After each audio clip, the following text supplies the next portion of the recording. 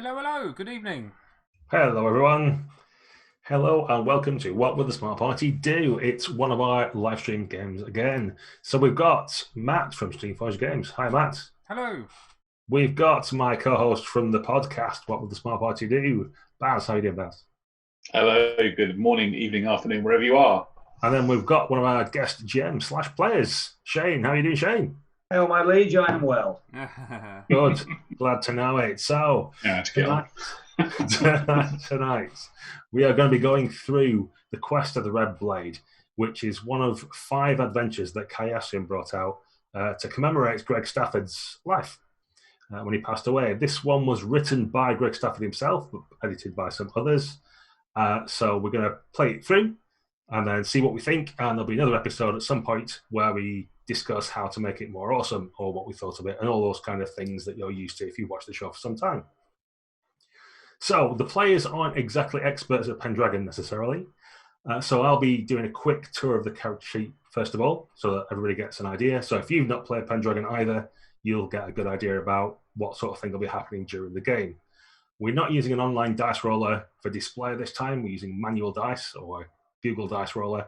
So you'll just have to rely on our expert ability at bringing it to life, the game itself, through our wonderful narration and shouts of, "Oh my God, I can't believe I got a 1 again," or things like that. You're very trustworthy knights, you don't have to worry about it. Oh, wait, That's is this a the one. roll low system? Mm, Is it roll it's low? it's a roll middle. It's like blackjack. Oh, okay. So you're trying to roll, if possible, you want to roll exactly equal to your skill. Right. So you're trying to roll as high as you can while not going bust, while not going over it. Okay. All right. That's the idea. So let's start whizzing through stuff then, and we can talk through it. So look and feel. This is in the sort of romance period of Pendragon. So Arthur's in situ. He's starting to consolidate more and more of what would today be the United Kingdom, but he's only got a portion of it. There are Knights of the Round Table currently.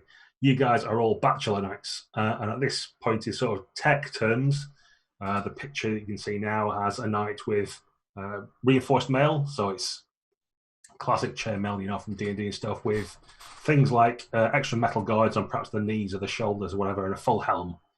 And this particular knight here has got his arming sword, he's got a flail, and importantly, got a squire with him carrying one of his lances and that kind of thing. So the first thing to know, unlike D&D, is the Knights of Pendragon have a little bit of an entourage in that you have a squire with you, who's someone else of noble birth, who you can rely on to do all the boring tasks like light fires and setting camps and putting your tent up, brushing the horses down. It's all that normal sort of stuff you might expect to do, the squires do for you. You are honourable knights, so you're expected to act in certain ways as well, though. You're trying to make your way up the greasy pole, so to speak, to become Knights of the Round Table someday. But for now, you are bachelor knights. So here's an example character sheet. There's a knight, a name, some bits and pieces about where they might be from and culture and so forth, which all goes to building the character, but we don't need to worry about it too much for this. A couple of distinctive features, and then I'll just guide everybody through the rest of the character sheet. So the thing that makes Pendragon good is the personality traits, or one of the things, certainly. So these are guidance for role-playing, you could say. Or as you role-play in a particular way, these numbers will switch about to reflect the way you're gaming. So this particular knight, we can see, is more chaste than lustful. All those pairs of numbers add up to 20. So if they become more chaste, they will become less lustful, and vice versa. So if you ever want to have a guide to yourself for how you think you might act, or you don't quite know how to act in a situation, you can always look at your personality traits and think, what would my knights do? So this particular knight, we can tell, has got a selfish trait of 16. Now, anything 16 or above is something that you'll be famous for. So this knight is known as being selfish. You'll also note that you've got a chivalry bonus and a religious bonus. So things with a little cross next to them are things expected from your religion, which will vary if you're Christian or pagan or whatever. So knight here is chaste, which is what is expected of a Christian knight. Things with the dot next to them are chivalric. So this is Arthur's knightly code. And if you've got lots of things that have high numbers where there's a little asterisk next to the personality traits, that means you're a good knight as far as Arthur and the Round Table and everything else is concerned. So based on your religion and chivalry, you'll be aiming to push those numbers up if you're acting in a knightly and good fashion. So the selfish being quite high for this knight is bad because in chivalry you're supposed to be generous, for example. Mm-hmm. There's also directed traits. So if it's to do with miracles, this particular knight adds 2 to his spiritual value, so it become 14. And worldly would obviously go down by 2 as well, because they're always on a seesaw. So you'll have a directed trait as well. Then we have passions. These are things like loyalty, honor, and love. And at certain points in the game, if you feel like you need an extra bonus, you want to try and inspire yourself because the chips are down, you can try and inspire a passion if it's appropriate. For example, if someone cursed your liege lord and said, I want to kill him and all his children, you could obviously try and bring in your fealty for your lord, roll against that, and see if you can inspire yourself. If you do, you can add +10 to a skill for the scene, basically. So it would typically be in a fight, and you'll add +10 to your sword or your axe or whatever skill it was you're using. That's a big bonus. +10. Wow. Yes, it's huge because it's a knightly passion. However, there is a downside, which will stop you using it all the time. That if you fail, you become melancholic and you get -5 to everything because you realise that you may never see your lord again, and perhaps you won't clear his name, and perhaps this guy's speaking the truth, and you just generally get into a fugue, which if you read any of Mallory and that sort of thing, it's a thing that happens to knights in the source material. So use sparingly is what I'll say to that, and it needs to be appropriate to bring it in.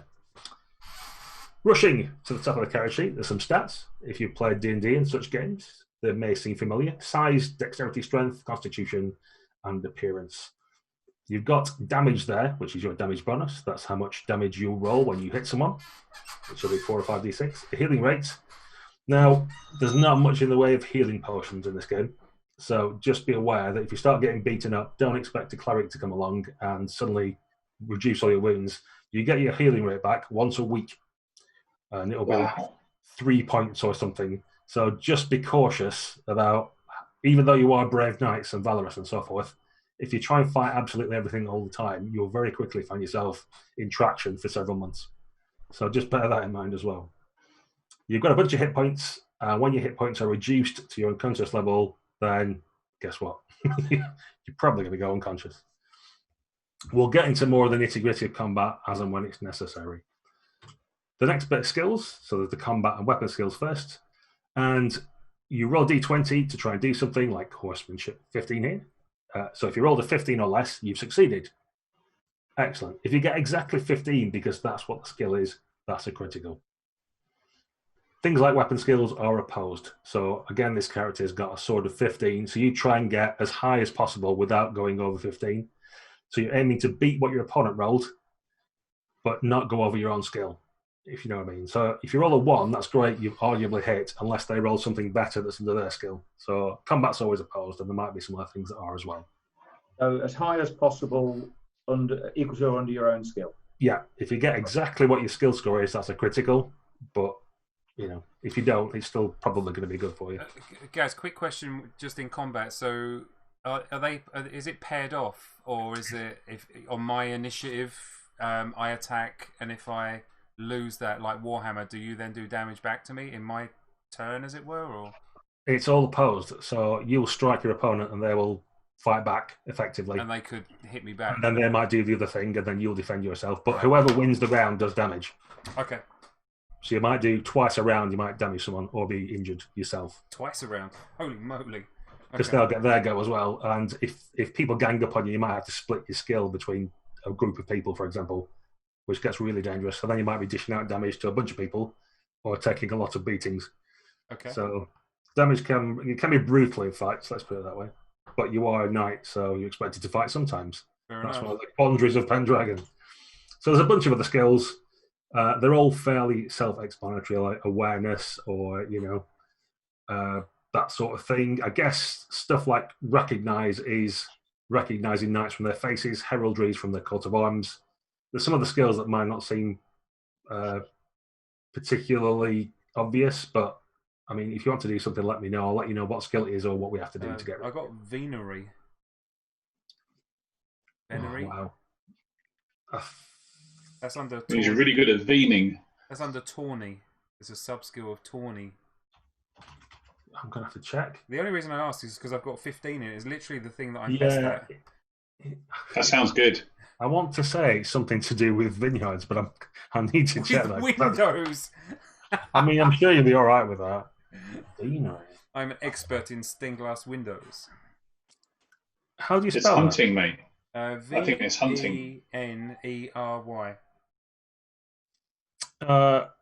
Okay.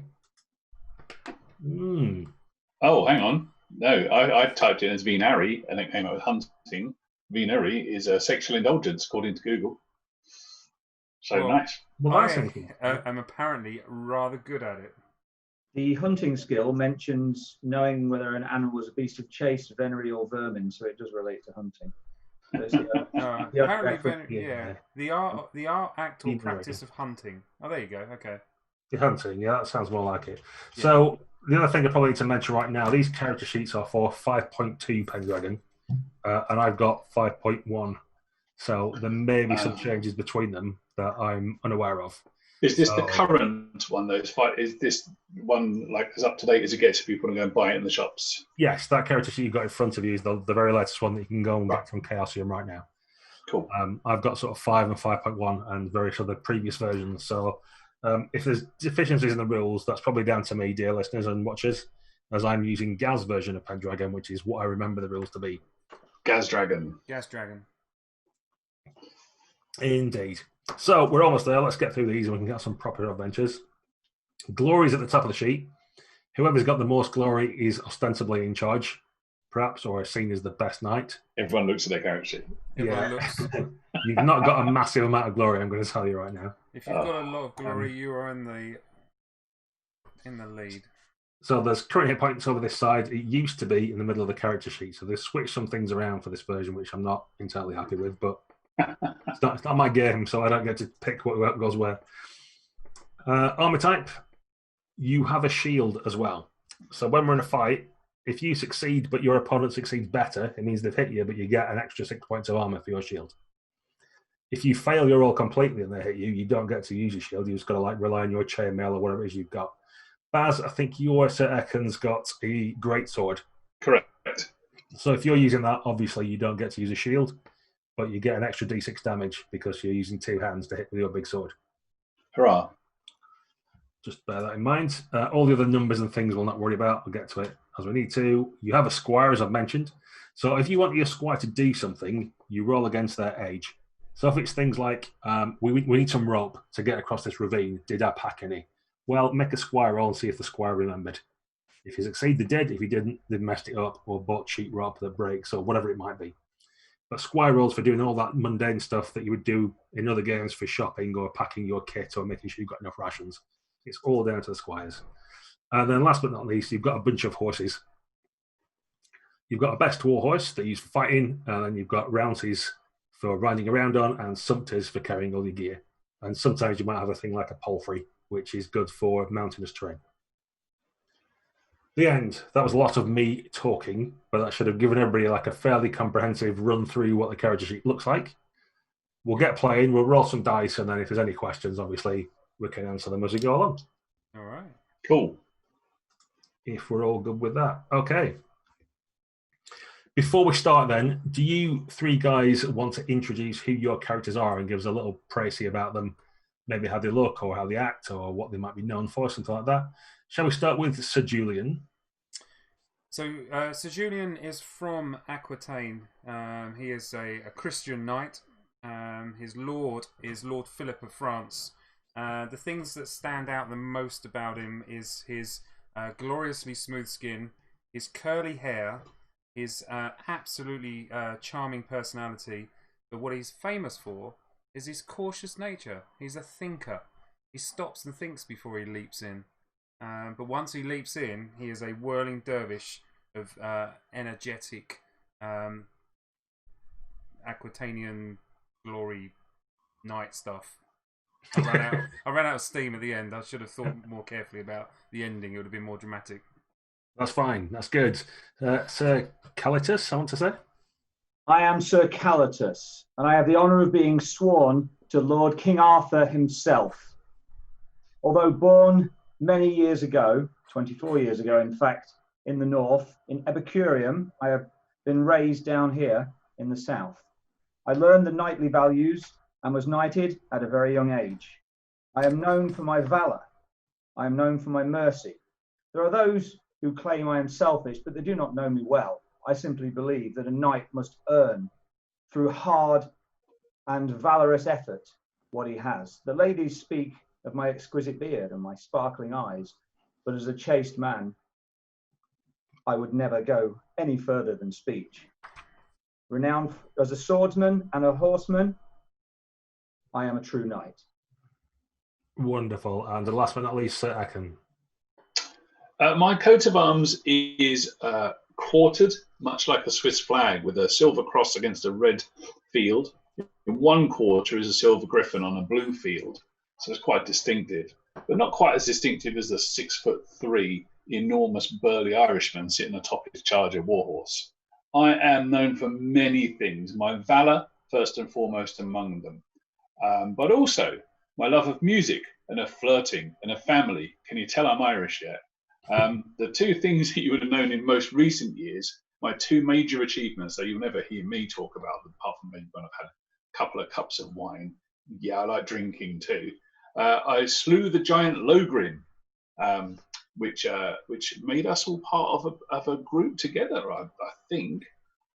Unfortunately, that's been slightly overshadowed by last year at the Cornwall tourney, where I was unhorsed by Sir Lancelot himself. Shame. There's no shame in that. If there was ever a knight worthy to unhorse anyone, it is Lancelot. As everybody tells me, as they tip their heads to the side and look at me sadly. And Sir Tristram, who is not quite as famous as Sir Lancelot, but if you remember rightly, that's who unhorsed me at that particular tourney. Yeah, but because of my unhorsing, no one ever talks about that. Which is the way we like it. Yeah, ever since then I've reverted to carrying a greatsword across my back. I'm giving up the lance entirely. Very good, very good. Okay, so you are all at the minute in the great hall of Sir Gregor de Stafford, who's an aging round table knight. He's presiding over a party in his halls in the forestry. And he's got to the point in the evening where he's asking the great Arthurian question of what is the adventure? Where is the adventure? He's done all his mandatory boasting for the evening, so that's all out the way. And he starts to tell the quest of the Red Blade. A magical sword is in the possession of an evil king at the castle of the Kite, a fortress in western Cambria. The king is reputed to use evil magic to maintain his youth, though no one knows what kind of magic specifically. Whoever gets the sword would benefit greatly, for it is magical, and the world would be a better place without this vile king. He looks to you all, says, "What do you say, my heroes?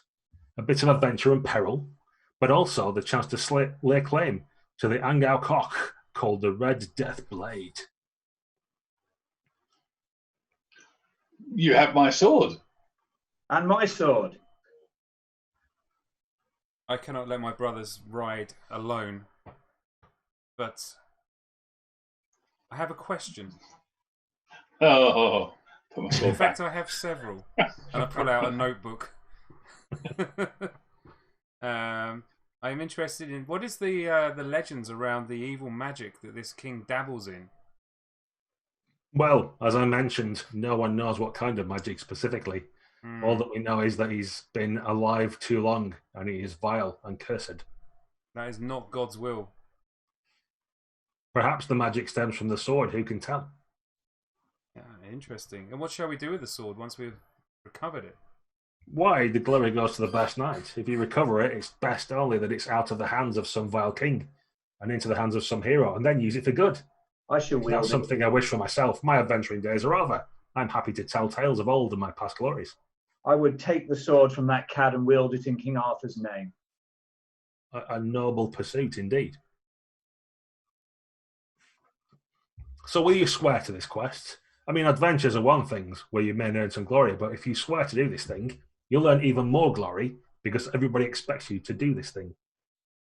Oh, I think I'll drop down to one knee and get the old sword out again and hold it like a big cross in front of me and dip my head and say, this sword will not be scabbarded again until this quest is complete. I'm gonna still be standing while they're sort of on their knees already, and just look down and go, and just go down on one knee as well. So Julian, the reluctant, joins his brothers. Well, there's murmurs of approval and banging of tankards on the table and such from the older knights and assembled citizenry as they recognise a quest about to take place. Well, Sir Gregor says, the route's quite straightforward, at least as far as the Red Castle.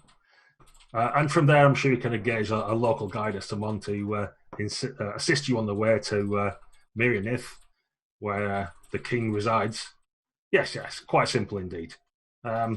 Take rest of yourselves tonight. Take what ale and food and wine you want, and in the morning you can set off. And this, Sir Echen and Sir Caletus, is why we ask a few more questions before we just drop to our knees and swear. Of course, we were going to do the quest. But, so the night passes with lots of frivolity, and the following morning, your squires have brushed your horses, saddled up them with all the gear, and we're ready to head off. So the bottom part of the map you can see before you is slightly out of date. The world has moved on 10 or 15 years from this, but it's heading back that way now. Yeah. So you can see Logray, which is basically Arthur's territory. I don't know if you can see my cursor wobbling about. Yeah, we can. You good? Yeah. Okay. So Beddigrain and Camel Yard are now part of Arthur's domain, and that's kind of like new territory, if you will, from the last couple of years campaigning.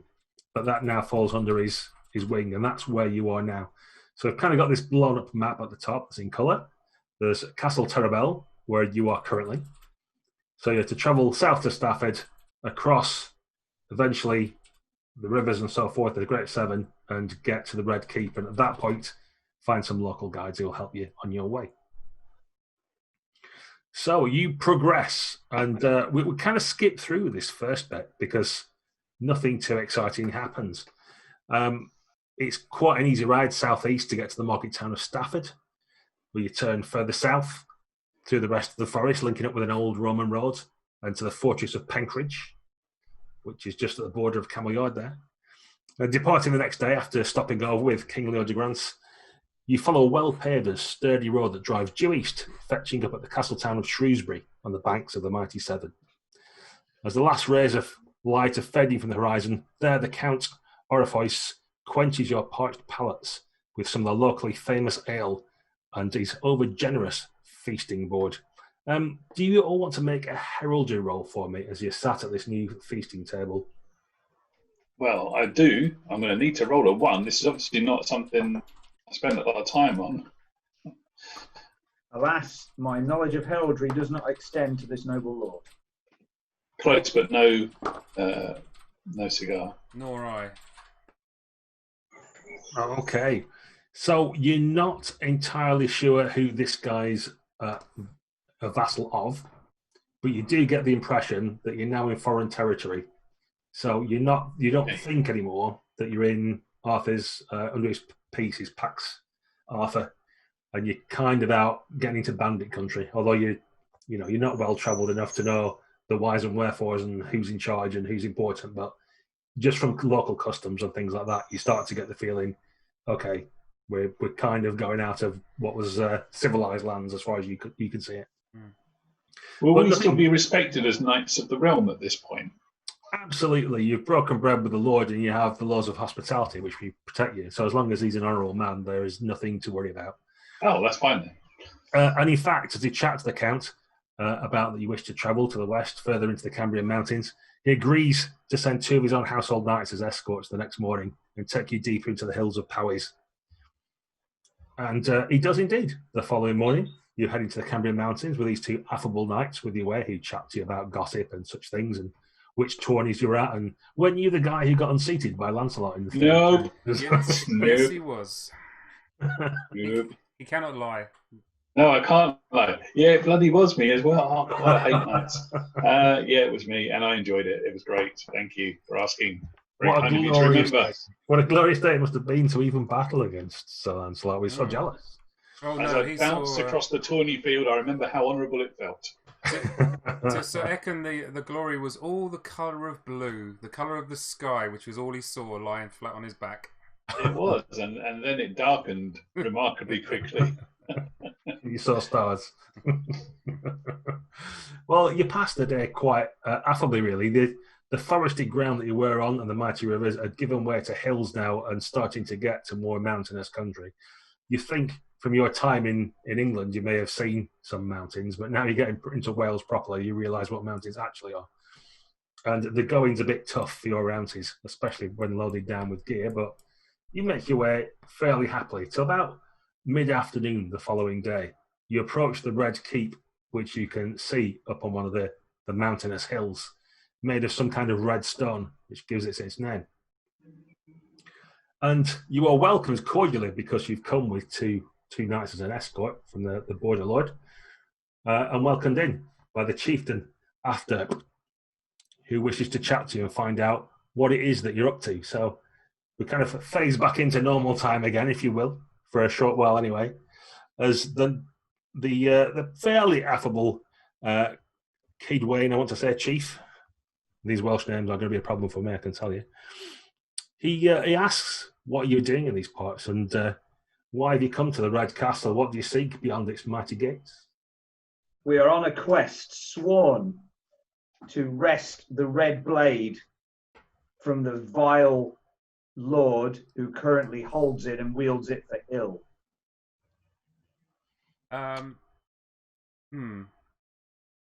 Definitely more interesting to perhaps find what Atherp's loyalties and where they lie, and what lord does he serve? He's an honourable chieftain. We can absolutely trust him, and we should start with trusting everybody. Yes, trust but verify, as we say in my homeland of Benoit. You're too suspicious, good sir. Master Chieftain, we're off to find the Castle of the Kite, where we'll be, as my comrade in arms says, we'll be wresting that blade from his wicked hands and raising it in the glory of the king. He looks, you're not quite sure if he's sceptical or not, but he certainly raises eyebrows. Says, oh, well, certainly a noble quest, and good luck to you. I think he's had that blade in his hand for 100 years, so it would be glorious indeed to the night he can wrest that from his hand. Long since time he gave it up then. We will seek to relieve him of his burden. They say the giant Logrin lived for nearly 1,000 years before we slayed him. 100 years is no such time for a villain. And there's a guffaw of laughter around the room for that, but do you all want to make a courtesy roll for me? So I have a star next to courtesy. That's nice for you. You do you? Okay. Does the So there'll be a skill down the bottom that's also got an asterisk next to it, which covers several skills. Oh. So it might be law, for example, and that covers folklore, intrigue, and courtesy. It is indeed law, thank you. So the certain. I've got courtesy as a skill in bold and in others. Yes. So for Sir Caletus, it's a cultural skill law which covers 3 other normal skills. Oh wow! So it kind of gets like a blanket skill that covers a bunch of things. Nice. Otherwise, it's actual courtesy. So I've at least one of you made that roll. It's a 10, a pass. Good. Wow. That is plenty. Okay, well, your tales of bravery and the quest that you want to do all seem to be pleasing him quite well, and he's amused by your tales. And in fact, he calls out for Dogmail, who's a local holy man, who steps forward, looking a little bit sheepish, but... Careful. yeah. He says, well, Brother Dogmail can show you the safest route over the mountains if you're heading there, but I advise against it. You will be going west to the lands of Keifeliog and the Merionarth tribes. Do not bother with the people there. The locals will be suspicious and hate you. And even your great King Arthur cannot help you with the criminals in that land. Be warned that the King of the Crane is a thief and a liar and no friend to strangers. But if you can get beyond him, then you'll reach the Castle of the Kite and then your quest will truly begin. Is this Brother Dogmail pouring a cold one down, is it? Well, that's the chieftain who likes the sound of his own voice. Oh, Who's okay. getting more Brother Dogmail's looking a bit like, nervous, at least, you would say. Like he's been dragged from wherever he was and thrown into the middle of this hole and told, you're going to take these guys over here to this dangerous place. And he's like messing with the tassels on his robe and stuff and looking a bit like, oh, Gold's gone a bit pale. But he's, it looks like he's going to do whatever the chief says because, like, he has to, frankly. There's no option. And Chief, what, my lord, what qualifications as to expertise in this area does Brother Dogmail have? Well, he's a man of the cloth. He'll be fine. He knows these back roads and the trails and the goat paths and other things. Wonderful. He can guide you through the mountains, and he'll avoid most of the bandits where he's a craven, so like that. So you'll do well to follow him. I'm watching Brother Dogmail's reactions to this description. He's not looking like he's going to dispute anything or get fiery about it. No. He looks a whipped man, if you want to use that phrase. Okay. Yes, it'd be my pleasure, Sir Knights, if you would follow me in the morning. Your pleasure. I can offer you guidance if you can offer me protection. He looks at you, hopefully. Well, let me introduce you to Sir Echen. He was most recently unhorsed by Sir Lancelot. It's absolutely true. I never tire of hearing or telling the tale. Never tire. And that is the quality of protection that you will enjoy, brother. Oh, well, good. I mean, I don't expect Sir Lancelot to be travelling about in powies. But if he is... then we're in trouble. I'm glad that Sir Echen can keep him tied up for a while by falling off his horse while I find a place to hide or some other such thing. Stay behind my shield. There'll always be a horse for you to ride on. Brother Dogmail, is there any special preparations that you suggest our squires attend to for the terrain through which we are going to be travelling? The rest of the travel, your routes will probably be fine, but maybe beyond that, you might wish to rent some mountain ponies or something. Okay. Sispert, see to that. See to that for all of us. Thank you, my good man. Thank you. Of course. Okay, so if there's nothing further, we'll skip forward to the following morning when you're about to set off. Dogmail has got a hearty black donkey, which he's using. It seems like about as excited about this journey as he does, but his looks are robust beast. Matt, do you want to make me a squire roll to see if your squires managed to assemble some mountain ponies for you? What do I need to roll under? His age. Oh, his age is 20. All right. Oh, well. So yes, I rolled under it. If you rolled exactly 20, that would have been a critical. But, right, okay. I did not. So not a critical. He's not outdone himself, but he has found you some serviceable or 3 serviceable mountain ponies. Quite reliable, your man, isn't he? He is. He is quite old to be a squire now. He should be looking to contest in his first tournament soon, but he has his uses. Indeed, he should have been knighted about 5 years ago. Yeah. He's like that 35-year-old hasn't been at his mum's house yet. Head and shoulders above all the other squires. I wonder if perhaps he's not very good at attaching saddles properly, Sir Echen. That would explain things. Oh no, I'm going to give my squire Flan a sharp sideways look. We know who's responsible for that, don't we, boy? Yes, we do, my lord. That match state won't be happening twice. No, it will not. Okay. You head out merrily on your way again, on your way to Merryneath, with the brother leading the way.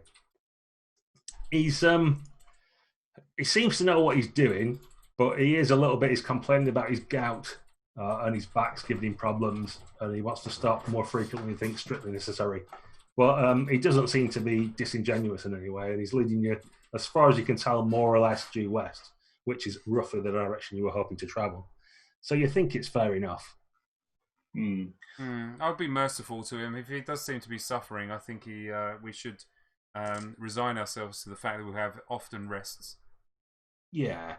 And he appreciates that, and as I say, he does know the paths clearly, so he's taking you a good route as far as anyone can tell. Sometime in the afternoon, after passing most of the day without really seeing another soul, there's just the odd goats or sheep on the mountainsides or things like that.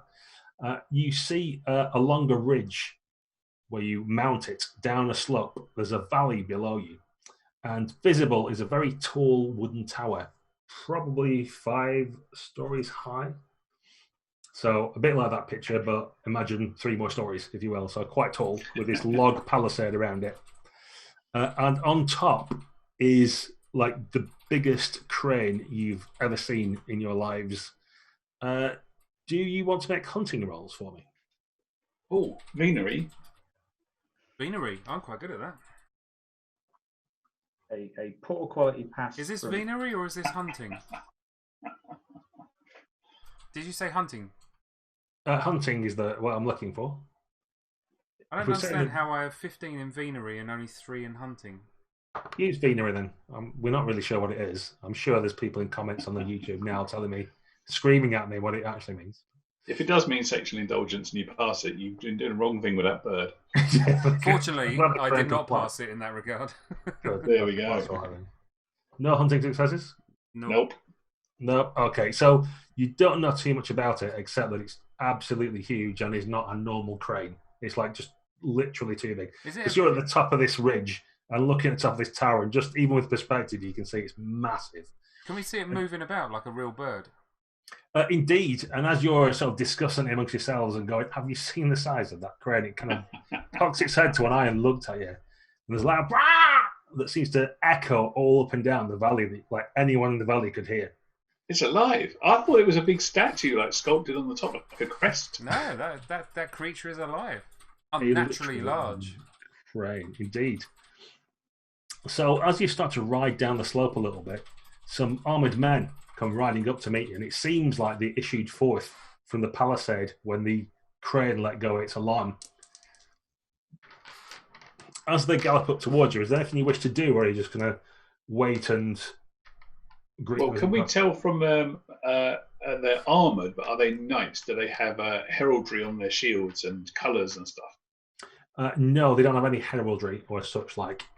Right. Probably what you know culturally is like the previous lord that you met was a chieftain. There's a lot of that goes on in these sort of lands in Canberra. There's a lot of fiercely independent people. So it's loads of little chieftains with their clans and stuff like that. Okay. I will loosen my flail surreptitiously whilst also checking around to the left and right of us to make sure that we're not being flanked. Yeah, you're pretty sure there's no one else flanking you. You're kind of in an exposed position at the top of the ridge, so it'd be hard for anybody to sneak up any other way. Okay. And they don't like charge thundering towards you, but they come up at a fair clip. And eventually, sorry, go on. I was going to say, is this the kind of thing where you would send your squire forward on a horse with a pennant to go and find out what they want? Oh, you could definitely do that. If you don't want your squire back. Yeah, do you want let's send your squire because he's better than any of us at anything. I mean, and he is bigger than us. He's got higher strength and everything. Yeah, we'll send Sisbert. Sisbert, go and find out what they want and then announce our presence. In short order, he's done all that and comes riding back. He says, "Oh, good sir, good sir.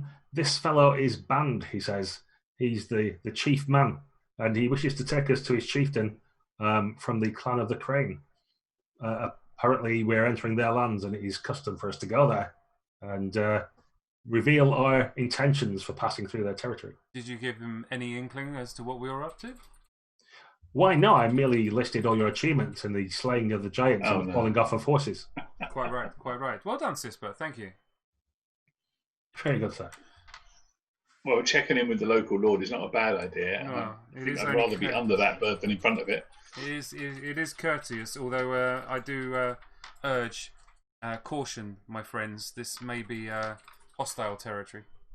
This close, they may be allies to our quarry. That's true. What does Brother Dogmail say? Dogmail's he's somehow found himself a rock to hide behind. Dogmail, out man. Can you not be negotiating with these people? And oh, sorry. So I was just I was relieving myself. When I get nervous, I feel I have to. Anyway. Yes, quite. Tugs at the rope. I never get nervous. Well, and he sort of like lowers his voice, even though it carries quite a weight regardless, and says, "Well, my lord said that these men aren't trustworthy and so forth last night, but I've had no dealings with them to speak of, really, so I trust in you knights You must know more than I do about such things. But surely they'll at least follow the rules of hospitality as long as you do no wrong to them. I would think.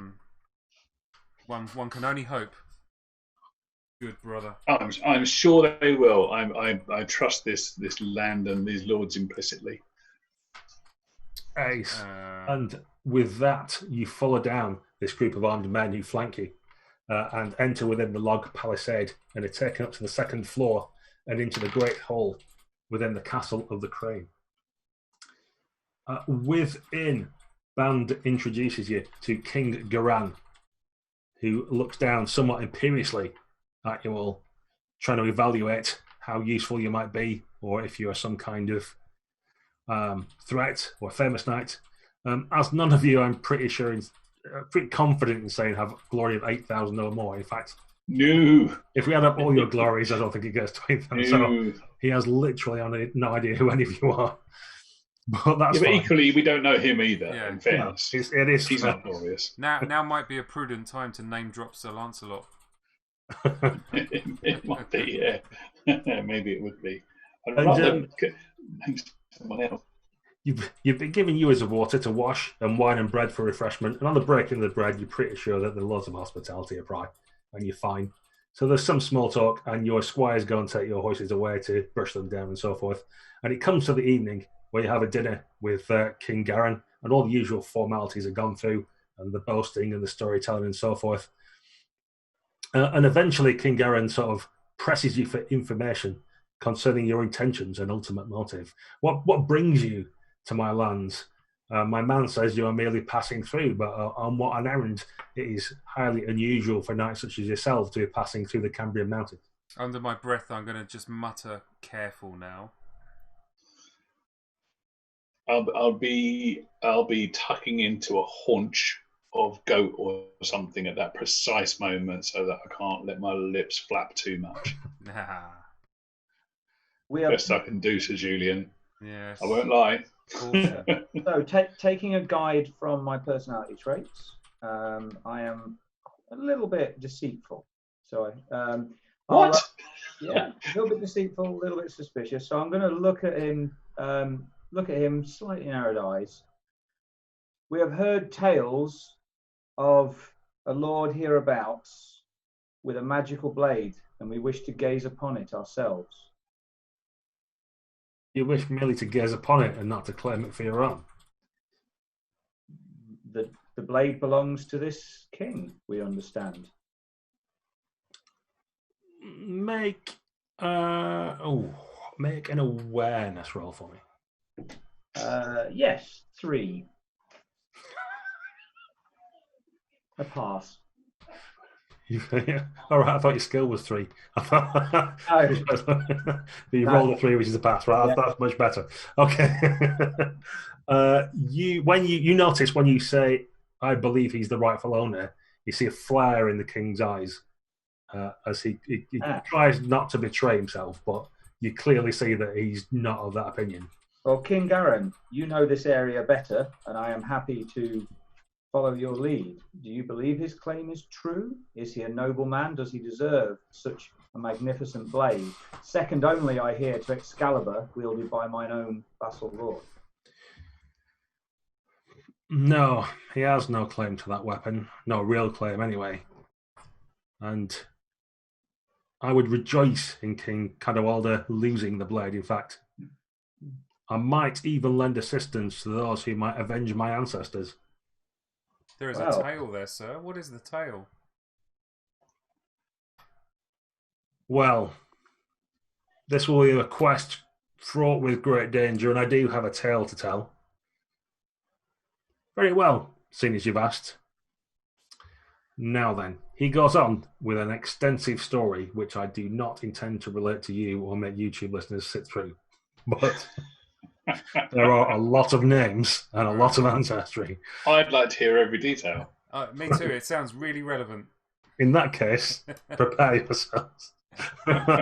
So, it starts with Caneda Imperator, who himself is descended from Beli the Great, goes via Ainon the Impetuous, who was at one point the king of Gormrey, via Mericon, the son of Typhon ap Cuneda, etc., etc. And he Right. starts listing off all these things that you're all like, even with your notepad, Sir Julian, you're like, oh God, I can't keep up. What's going on? And it eventually comes down to Merichon, who slew the Irish leader Beli, son of Belilini the giant. He had 3 sons. One of them was Cadwalder, who is the current king even now. Another was Bladud, who worked into the Holy Orders and so had no claim to anything.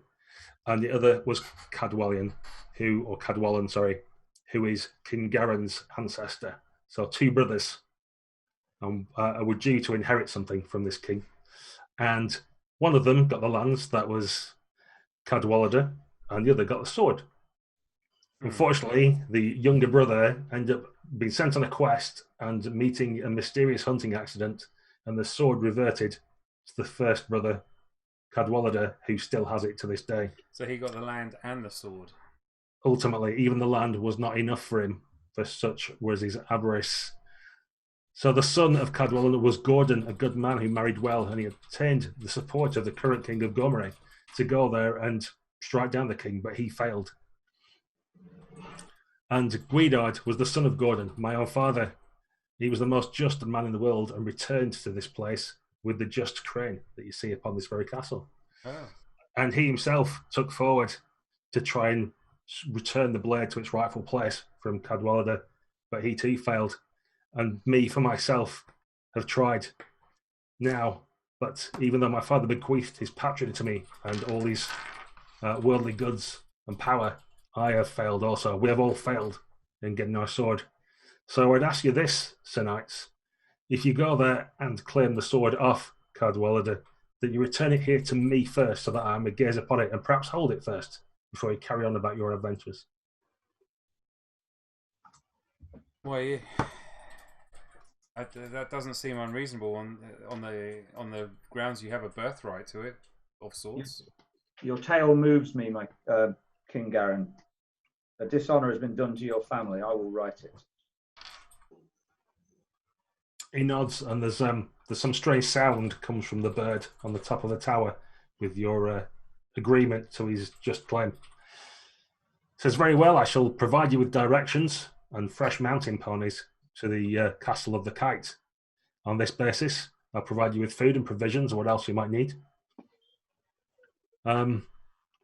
If you wander the mountains, be careful of ambush and others that might be about, for the vale is filled with bandits armed with longbows, and they have no qualms about dishonourable conduct and shooting you from afar. Oh, that is quite dishonourable. So, anyway, enough from me, Sir Knights. Why don't you tell me, each of you, your most glorious deed you've done so far? And he sits back for you each to tell a tale of something you've done. Oh, I'm more than happy to take over the oration of the mighty slaying of giant Logrin, and how our trio of firm friends from different parts of the world came together and forged a friendship stronger than any steel, quenched in the blood of giants. Amazing. Do you want to make an oration roll to see how well that story goes? I do. 6 out of 10. Yeah, success. You can see that at first you seem to be quite downbeat about you going, although happy you were trying. And now, with your tale of slaying giants, it seems like almost optimistic that that you might have a chance of returning the sword. Who knows? Excellent. Not wanting to dwell on failures and past expeditions, I am curious as to the challenges that you sought to overcome in recovering this blade, and those that proved too much for you at that point in time. Even though Cadwallader now is seemingly old and infirm, the blade gives him an unnatural vigour, and while he clutches it, he fights like a demon. While he clutches it, interesting. Okay. You may, perhaps, it may be difficult for you. There may be allies that you can gain to help you defeat him, but there's not many. There's Knights of Gomerê are around at the minute, but they hate Arthur, and as your knights from that origin, they're more likely to imprison you and sell you back for ransom than actually assist you. But maybe the very knowledge that they're abroad will help you. Okay.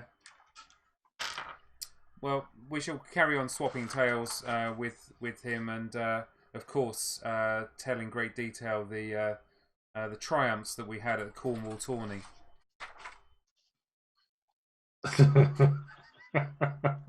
The light and the shade.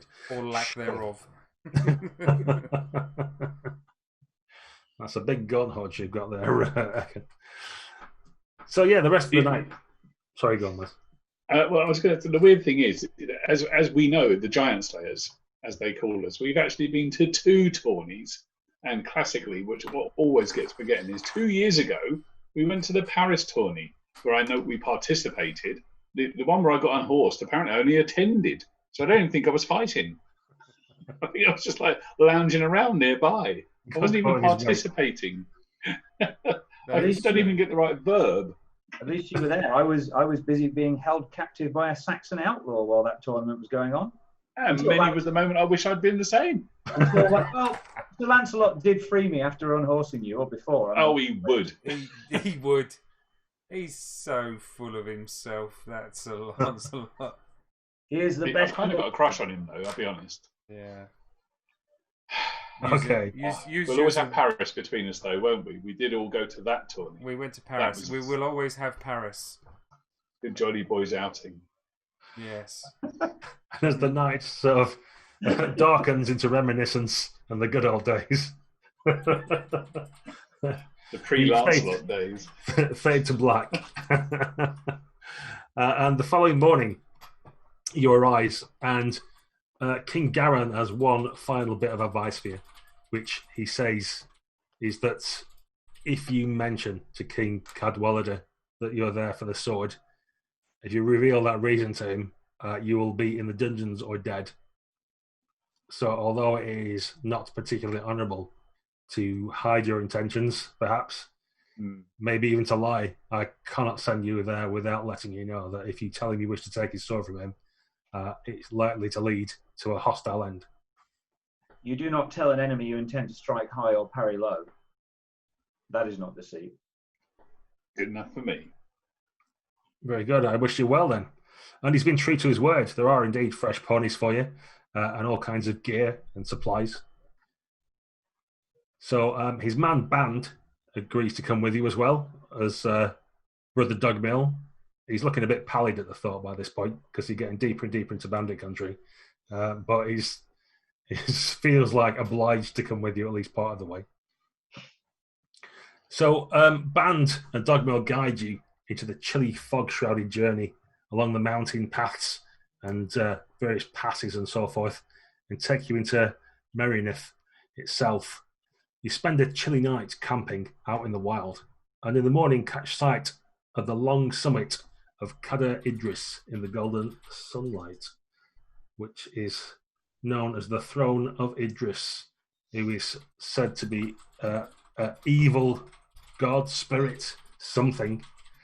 And within the mountain pass in Idris is a dragon, and if he does not get his sacrifices, he sends forth the worm to devour people. So it is rumoured around here that there is magic that comes from Idris, but at a terrible price. Well. Which is nice. So at that point, Band leaves you here. He says that we're now well outside the borders of my lord's land and I must go. But I'm sure Brother Dogmail here can look after you. And Dogmail's now like positively luminescent.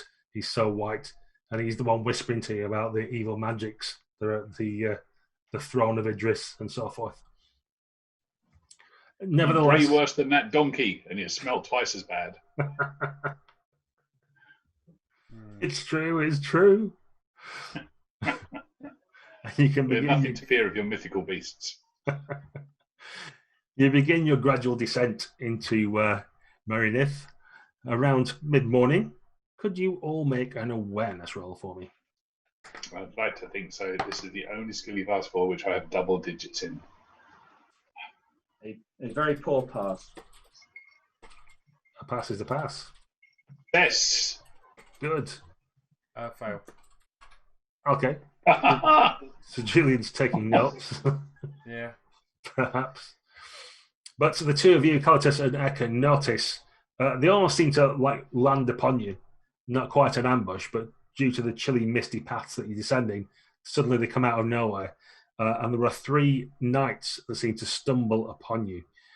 You could make a heraldry roll if you wish to try and judge their coat of arms. I have a skill called Recognize. Is that different? So that's more like if you're in a feasting hall and looking at people's faces. Heraldry is looking at what's on the shield while they've got the helmet down and that kind of thing. Gotcha. Nope. Big fat fail. No, okay. Then in that case, the only bit of information you get is when Dogmill shouts out, "Oh God, Knights of Gormare!" and leaps off his donkey and rushes into the mist somewhere to hide and quiver. I'm naturally a prudent fellow, but that doesn't seem to bode well. I'll get him. Steady ourselves, my lords. This may lead to bloodshed. And these knights on horseback, yes? They are indeed fully equipped as you are. Oh, wow. With squires and everything. They look quite tasty knights, if you will. They're the They sort do. of fellows you might expect to come across at a tourney or something like that and test yourselves against. Oh, no. And the apparent leader, who you haven't got the names or heraldry for, but we'll use that for convenience, Yeah. with his rakish beard, pushes himself forward and says, "Hail, Sir Knights! Do you seek to enlist?" Enlist? In... I look at my companions. What are we enlisting? What, my good fellow? Is there a tourney here about?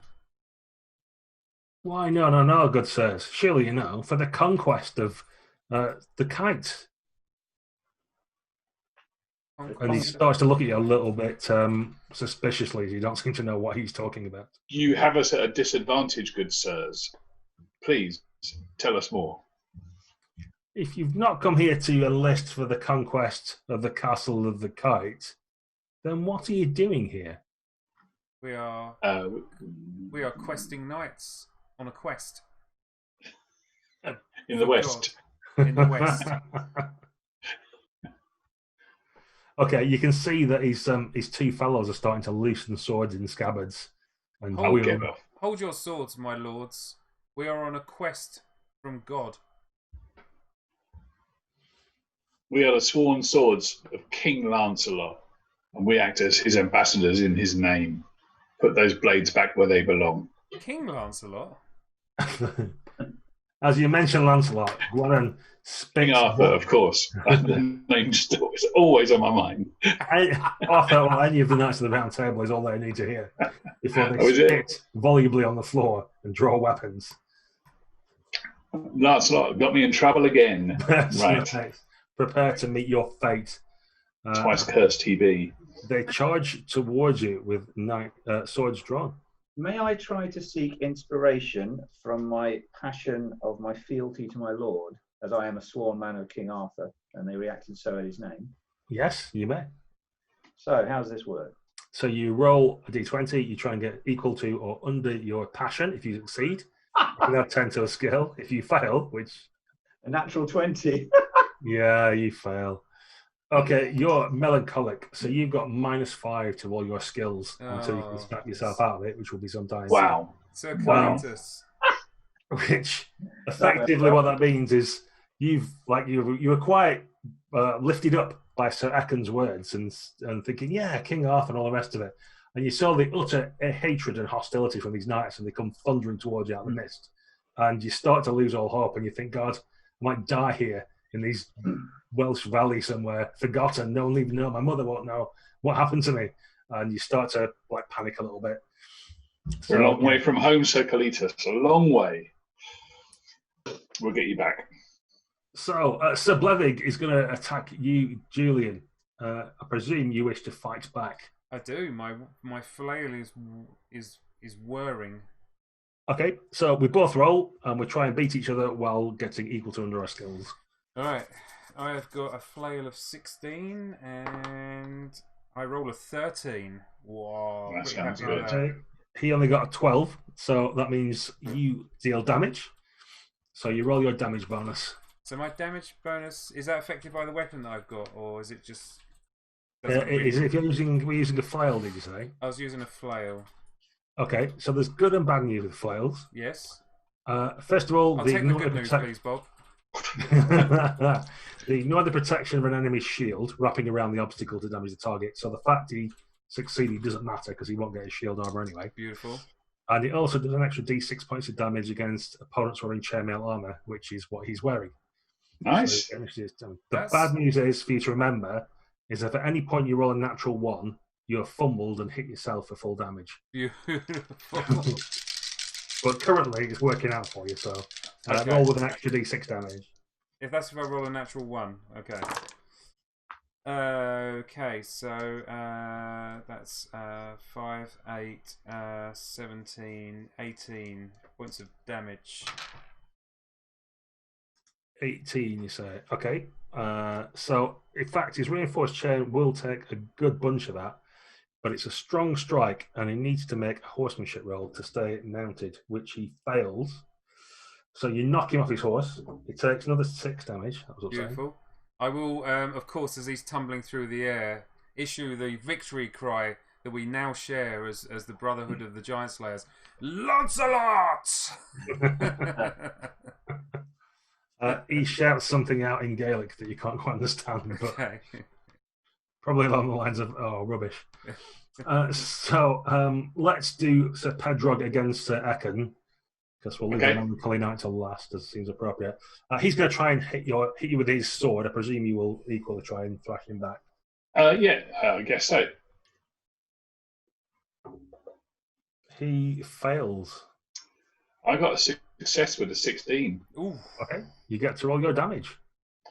So I've got 5d6 on my character sheet, and a great sword makes that 6d6, I believe. Correct. Because he failed, he doesn't get to use his shield either, so he's just got his chain now to protect him. Lovely. This feels good for first level, I tell you. 35 Sir Echen points of damage. What? You rolled 66 and got 35? No, that's a lie. I forgot to take my d20 out of the total. One moment. I'm like, that is the best roll ever. Imagine if we were That's playing a good Savage job. Worlds, that would have been exploding for the rest of the year.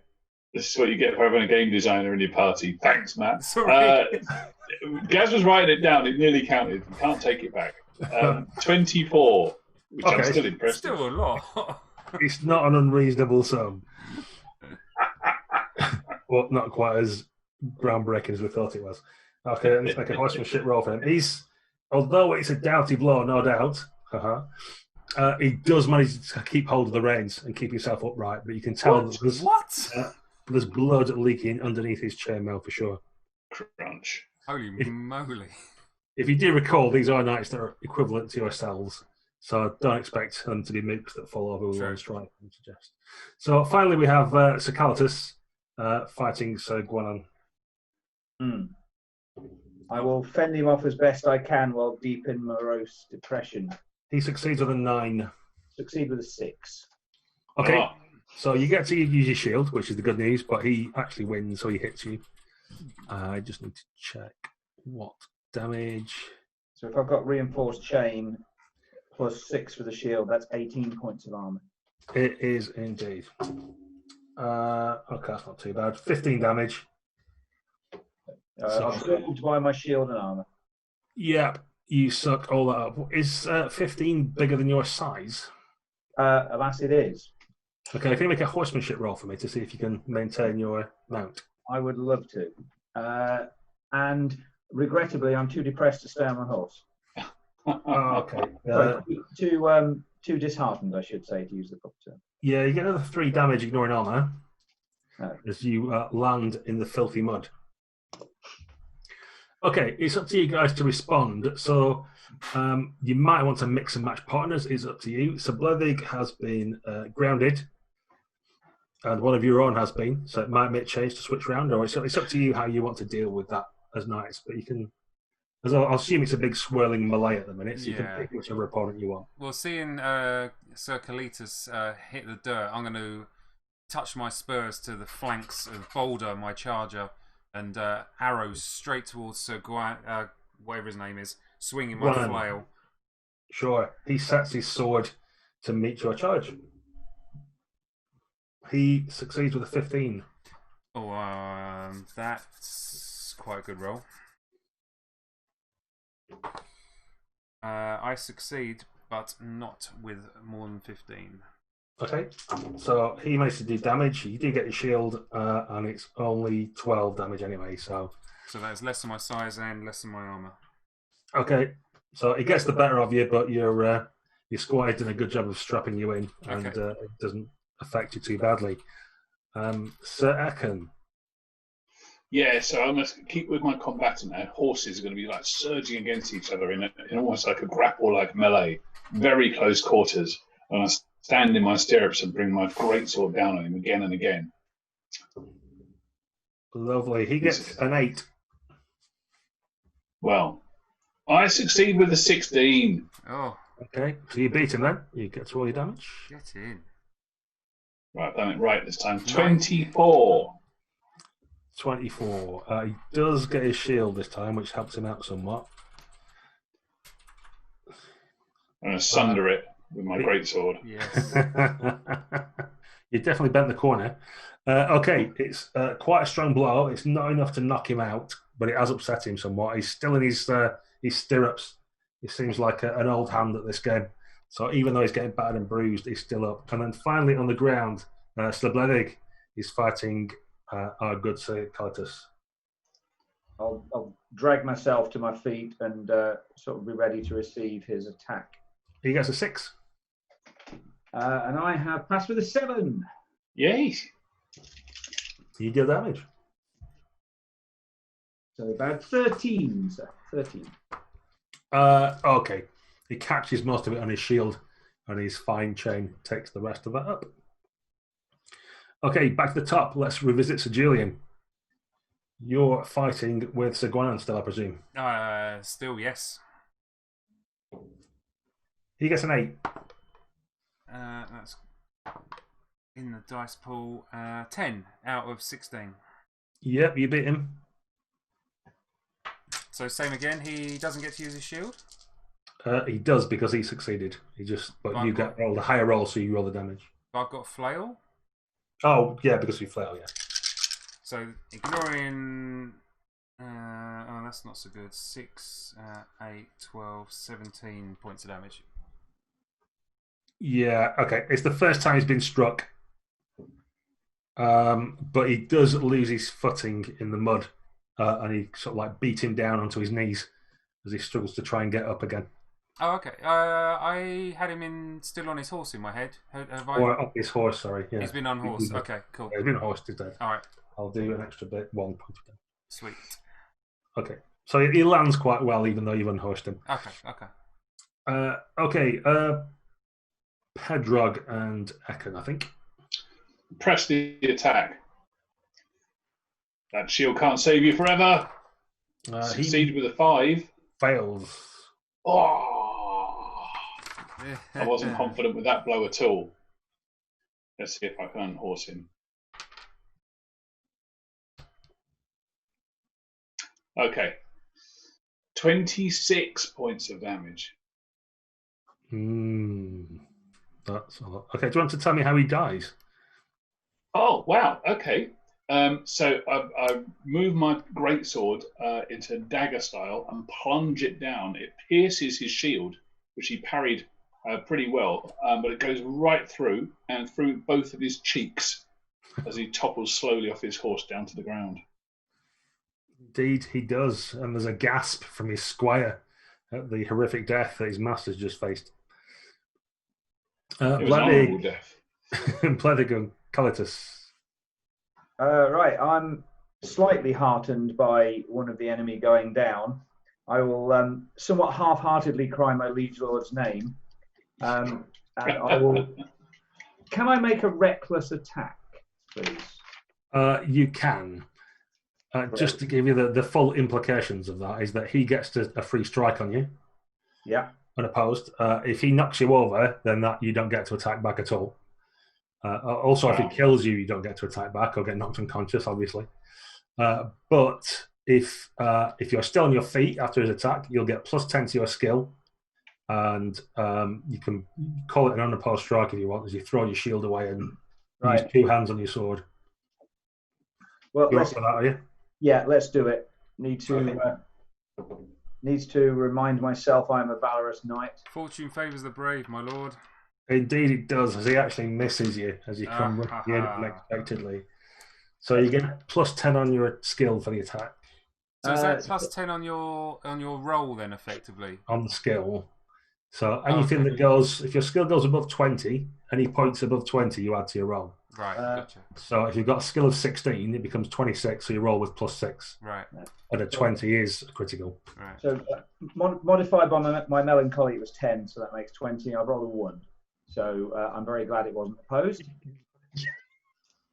So you hit, just a regular hit. Yep. But I assume because he wasn't opposed, he won't get his shield. Is that right? You get an extra d6 on your damage. Ah, right. Okay. Because he is trying to fight you. He's not like... 20. 20's pretty good. Oh, no, he doesn't get a shield because he failed his roll anyway, so that's why he doesn't get a shield. Sure. Okay. That goes through. He's like on the lip of unconsciousness as you smash him around the head, and you can see his eyes glaze through his visor. But he's somehow just like keeping on his feet, slapping around in the mud. But he looks like he's pretty much on the way out. Okay, as we switch around to go on, Sir Julian, as you're now mounted and your opponent isn't, you get what's called a reflexive bonus. So you get plus 5 to your skill for having the higher ground, and he gets minus 5 to his for being on the lower ground. Oh, sweet. Okay. I like those odds. Takes me to 21 with my flail, so I'm standing high in my stirrups and smashing down on his heed. That is 19 plus 1 is 20. Which is a critical, so you roll double damage. Oh, so it's the modified roll can be critical, can it? Oh, yes. Oh, wow, okay. Oh, yes. Alright, so that's going to be a lot of damage. So it's 10, 11, 13, 16, 17. Oh, wow. 27, 33, 41, 42 points of damage. Okay, do you want to tell me how he meets his end? I did have an idea of how I was going to do it, but that's a particularly spectacular way. So I think I'm just going to wheel my charge around, and I'm literally just going to be spinning it and catch him right on the edge of the helm. But the helm then just slides up his face, just taking like the front of his face off, and he just pitches over backwards, and his helm just goes spinning through the air with little streaks of crimson, flinging like a Catherine wheel. Indeed. And it is the most impressive sight. More gasps of horror from the attendant squires, or cheering, depending on which side the squires are on. Sir Echen, there's just one knight at the minute, Sir Blethig, who's staggering drunkenly in front of Sir Caletus, who's going reckless at the minute, it seems, throwing all caution to the wind, hammering at him. What do you wish to do? I think I'll leave Sir Caletus to it. It's going to be honourable to let him down his own man. They're both in melee on the ground now, are they? That's right. Okay, I'll wheel away. I'll keep an eye on things, obviously, keep my sword sharp, but can I offer him... No, I don't want to offer him anything, because that's not valorous, is it? It's up to him to do with his own... Yeah. It's up to you. I offer you nothing. Yeah. Sorry. Either attack as well or don't, really. Those are... Yeah, exactly. I do not. Okay. So, Caletus, this knight in front of you looks around and down at his own tunic with the blood of his friend splattered across the front of it and probably a couple of teeth lodged in his hair. And he throws down his weapon and says, Yield, my lord. Well, I am merciful and forgiving, so I will, at that point, stop my attack on him and step back, breathing heavily, looking around for wherever I threw my own shield. Name yourself, sir. I would know who I have bettered. I'm Sir Blethig of Gomeray, and I am at your disposal. I pledge to leave you alone and trouble you no further. And wise it is too for you. You fought bravely, sir.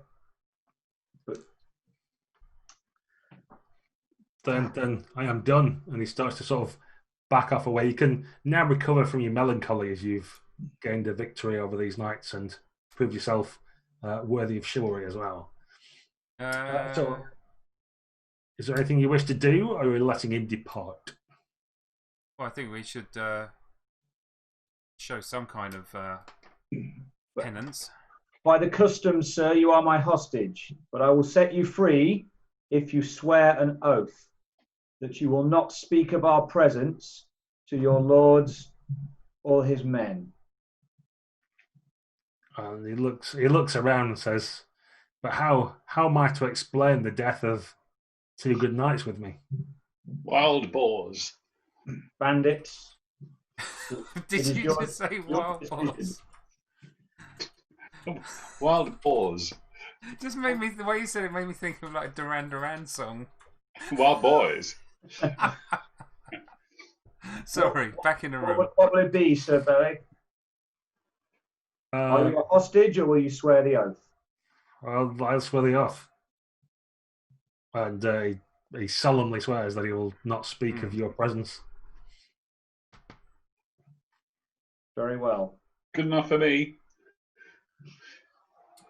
But Is that no, so like that. Is that the done thing, Gaz, or do it like? Is it not normal to take a sword or something, or? Well, you could take it for ransom, but that means taking him with you.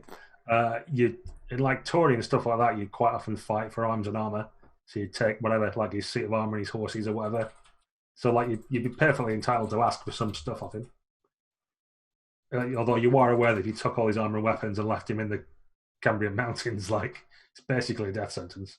So that might not be quite as honourable. But you're certainly entitled to some stuff if you want it. As far as I see it, he's sworn the oath. Although, actually, you know what? I am super selfish.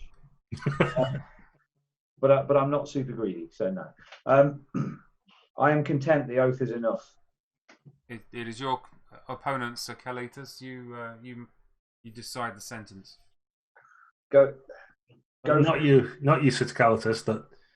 That the assault on Castle Kite will happen at some point. So if you see more Knights of Gomery, it's not my fault. I haven't let my lips loose. At some point, you will see the King of Gomery and all his hosts descend upon this place. Know that it's not me that's betrayed you. It's something that's planned. You have sworn an oath, Sir Berry, and that is enough for me. Now go and remember you are bested by Sir Caletus of the Giant Slayers. Hoorah! On foot. Okay, he notes it well and rushes to get on his horse and get away as fast as he can with the remaining squires who are dragging the corpses of their knights onto the back of sumpters to take away too. Okay, at some point, Dogmail reappears out of the mists, like the dungeon master in the old cartoon from behind a rock. Dogmail, how are your bowels, my good man? Thoroughly evacuated. Thank you for asking, Julian. I imagine they were. I feel £10 lighter. Only £10. Tell me, have any of you been injured in the confrontation? No. Oh, Only my pride. They still fit to send 3 against us, the cowards. I feel a pain in my ribs. Do you offer Kyogre or healing? well, of course. And he whips out a flask of holy water and begins his prayers, which you'll be glad to know. Does not restore any hit points. Thoughts and prayers.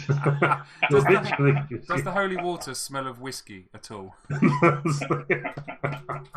Smells of damp rainwater from thereabouts. Yeah. But the good news, Caletus, is your squire probably knows some first aid, so he could probably try and help you. He does indeed have first aid 13. Okay, so you can make a skill roll for him to see if he can bandage you up. How old is your squire? He's 18, but at first aid 92. Separate skill for him. Yeah, pass with a 5. Okay, you can get a D3 hit points back. D3. Crikey. 2 hit points back. Wow. Super generous, right? Wow. Monsieur, And next Sunday you'll get your healing rate as well. I mean, this game is just...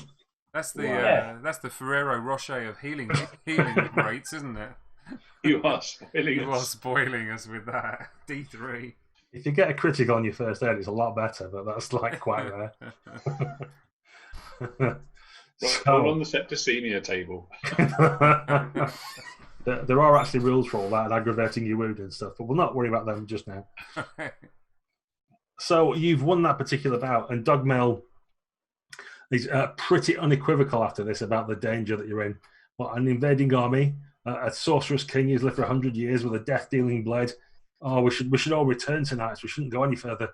Perhaps we should return quickly to where it's safe and a nice warm fire and a haunch of goat. Brother, you can return at any time you like, but we will press on. We are sworn. He looks palpably relieved and says, "Oh, thank you, Sir Julian. I'll return immediately. Thank you." If you want to travel through the hills on your own without the protection of 3 knights and their squires, that is your call. Yes. The Lord God would judge you harshly for abandoning your duty as a shepherd.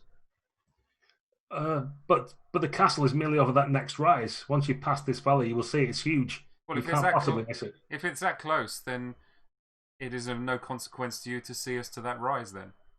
And who is better equipped to protect our souls than you?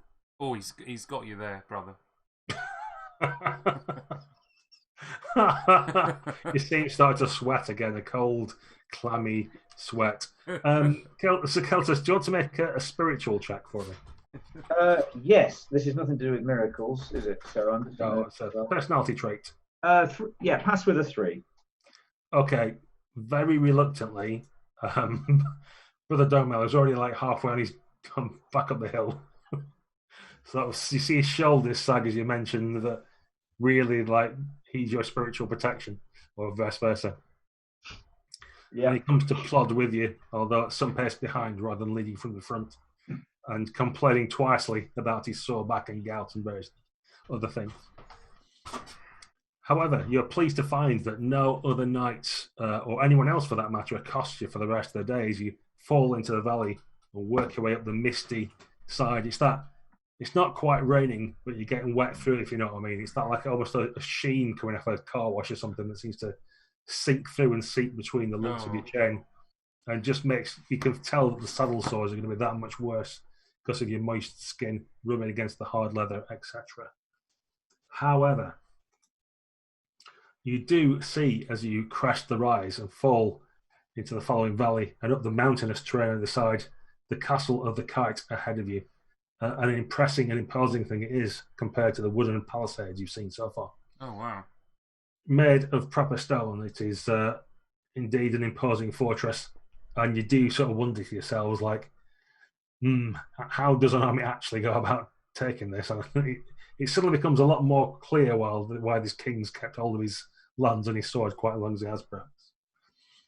As you approach and get closer, you note that out of the Barbican comes a set of riders, a half dozen, to meet you. And it seems similar to the other knights that met you the previous day in terms of coming up from the Castle of the Crane, but these seem a lot more serious. Indeed, there are 6 in total that come to meet you. 3 household knights who seem in good order, and then 3 men-at-arms who seem a pretty weak bunch, to be honest. Old men, not in the greatest kit, but nevertheless, it means you're outnumbered with 6 of them. Be careful, my friends. With age comes great experience. A lifetime experience of not dying. You talking about your squire? So Rodri, who's the youngest, calls out to you. Says, "Who approaches? What is your business in our king's lands?" I pulled from my backpack another haunch of turkey and set about it.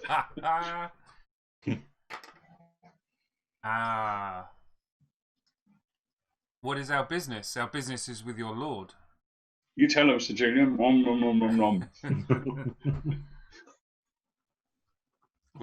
well then. We shall guide you to an audience and you can explain yourselves to him. And that we will gladly thank you for, and will enjoy your expediency in effecting that duty. Thank you. He seems confused by your flowery words, but just to look back to make sure you're following him, because that's what he wants. And when you are, he kind of seems somewhat satisfied. Aquitanian not use one word when they can use 10. You pass up the approach and through the Barbican, and note above your heads the murder holes in the stone above you, and the sounds of people shuffling above, ready and watchful down at you. But as you pass the curtain walls and through the gatehouse, there are reluctant stable boys and stuff to help you. things don't seem in massively good repair. Do you all want to make battle rolls as you start to walk about the bailey as your horses are taken from you? Mhm. Battle rolls. A terrible failure. Do you know what's depressing? Is my squire is better at battle than I, so I'm going to instruct Sisbert to be keeping an eye out. Sisbert. Similar. This place gives me the heebie-jeebies. So my battle roll is a fail. Sisbert's is a critical. Not going to get shown up by my squire too much. I mean, frankly, you should be playing Sisbert. I want to play Sisbert. He seems well cool. I'm not sure which one of you is the squire, to be honest. This is how we do it in Aquitaine.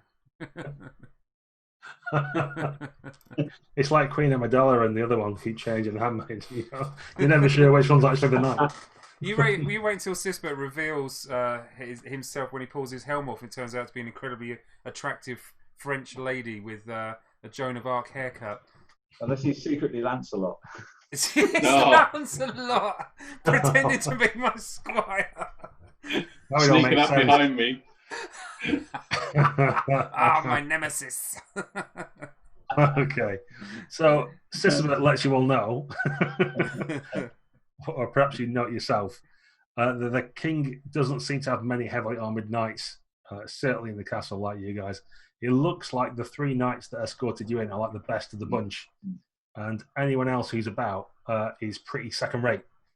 Most of the men at arms, of which there's another 3 you see in the courtyard as you come in, are not like the best quality, and the kit's not great. So, although as 3 knights you are outnumbered yourselves, he's like totally unconvinced that this army in inverted commas is going to withstand a full-scale battle if that occurred, for example. Right, and who do we know is attacking soon? The Knights of Gombry. The Knights King of of Gombry. All right. Okay. No, the King of Gombry. All right. We haven't met him yet, have we? No, you fought his men and killed 2 of them. Yes. But yeah, you'd not. He'll never know that. Don't forget, he'll never know. What's the Okay. I think we've got an angle in when we speak to the Lord. Then. Okay. Very well, Sir Julian. Lead on. Yes. So, your horses are taken care of, sort of, but your squires really have to do it because the stable boys seem pretty lackluster and not very good at the job, to be honest. Right. And you're led by the castellan along the courtyard, up the stairs into the great hall of the North Aspidal, which is like the D-shaped thing at the top of the map. Mm-hmm. So, as typical of this sort of fortification, you have to go upstairs to get in at the sort of like a middle level, which is the ground floor, effectively. So it's good for defending against intruders and that sort of thing. And you see a hall laid out before you. It's relatively austere, although there are battle honours and tapestries and such. They're all pretty mouldy and covered in cobwebs and that kind of thing. And the King of the Kite, who sits on a raised dais at the far end, Cadwallader, looks himself to be old and decrepit. He looks to be like 90-year-old if he's a summer. And he's old, grey, long grey hair and grey beard, pot belly, spindly arms. But nevertheless wears a circlet upon his head and commands respect. There's various retainers and such around. The 3 household knights and the other men-at-arms have assembled as well to flank you to make sure there's no funny business straight away. And Cadwallader just stares at you through his misty, calloused eyes, or cataract eyes, I should say.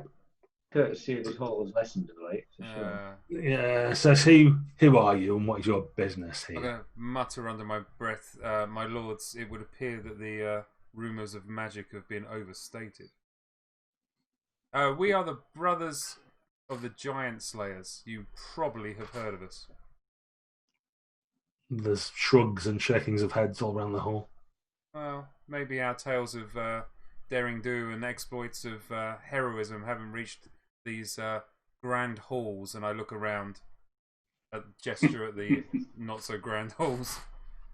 We bring grave tidings of several fronts. There is one of great importance, and two of comparatively lesser importance? Well, speak then, knight. Well, the one of great importance is we have pledged our oath. We are oath sworn to gaze upon the red blade, and for us to recover it. It is required for an upcoming quest of great import to our lord. What? You seek to steal my blade from me? Oh no! Traitor! No, Assassins! Not quite, because the other tidings that we bring is the Lord Gonfrey. We have absolute truth come to believe that he is about to lead an attack on your castle, and with the greatest of respect to your veteran knights surrounding us with their sturdy frames, I don't think that you're going to be able to withstand such a force. So I have a proposition. Allow us to take the blade in return for us staying to defend your castle against the onslaught.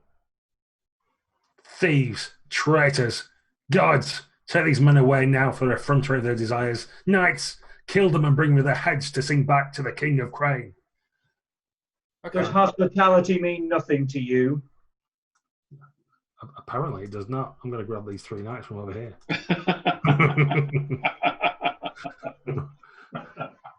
Okay. Negotiations over. Well, we tried. So now we can... It was a sterling effort, mate. I liked it. I was convinced. Yeah. I'd have given you the sword.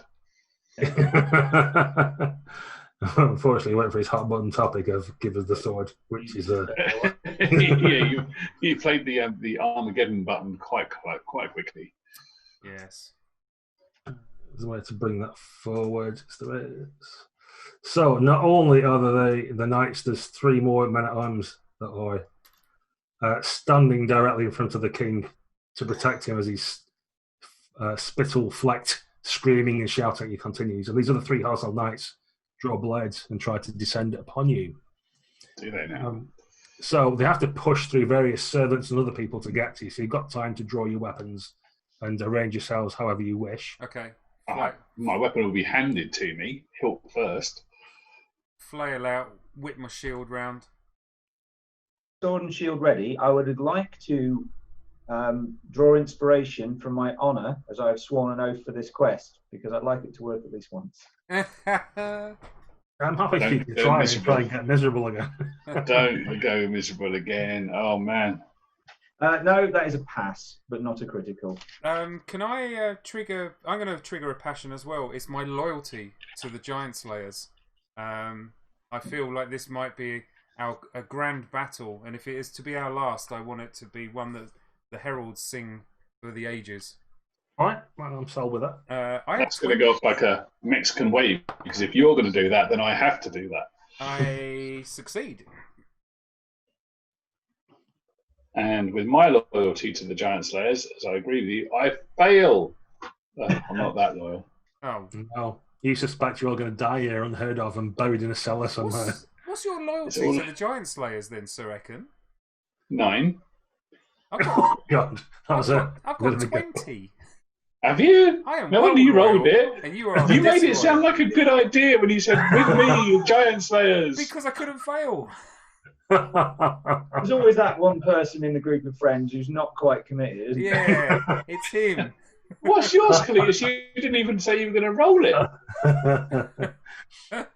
Okay, so Julian and Caletus, you can add 10 to 1 skill. So Yes. pick it now. Sword. Flail. I imagine it's flirting and downs or something. It's good. There's definitely going to be either courtesy or hurting someone. I'm going to Falconry. And Sir Echen, you can just take -5 to everything, so that's good for you. Oh, man. Okay, so Arthur is coming for you, Sir Julian. He's looking determined and has his sword out.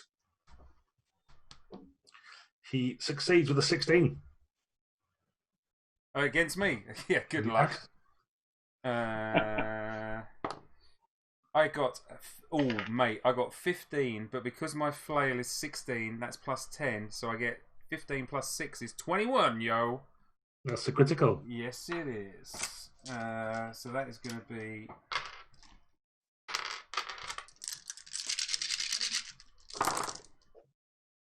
Okay, so 12, 22, 32, 40, 48, 51. That sounds a lot. I'm gonna pause it. And he doesn't get a shield because he's using the flail. Correct. So, do you want to tell me how he dies? I literally just whirl it around and just crunch in the top of his head, and his neck snaps, and his head just lolls to one side as he totters forward and then just falls flat on the floor. I do get the obligatory poof up my face, so I now look like an avenging angel of death.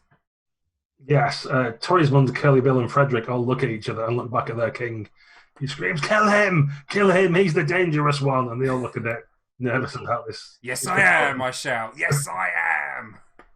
Okay, so Sir Roger is attacking you, Caletus, and he's succeeded with a 9 in his attempts to chop you up. I have got an 11. Okay, you roll damage.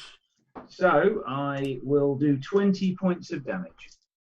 Okay, he gets his shield. It's a noble strike, but most of his armor is going to take that on. I'll just see. Yeah, he can stay on his feet as well. You like knock him back a little bit, but the padding and chain and shield absorb most of that. So Caradoc's going to try and stave your head in, so I can.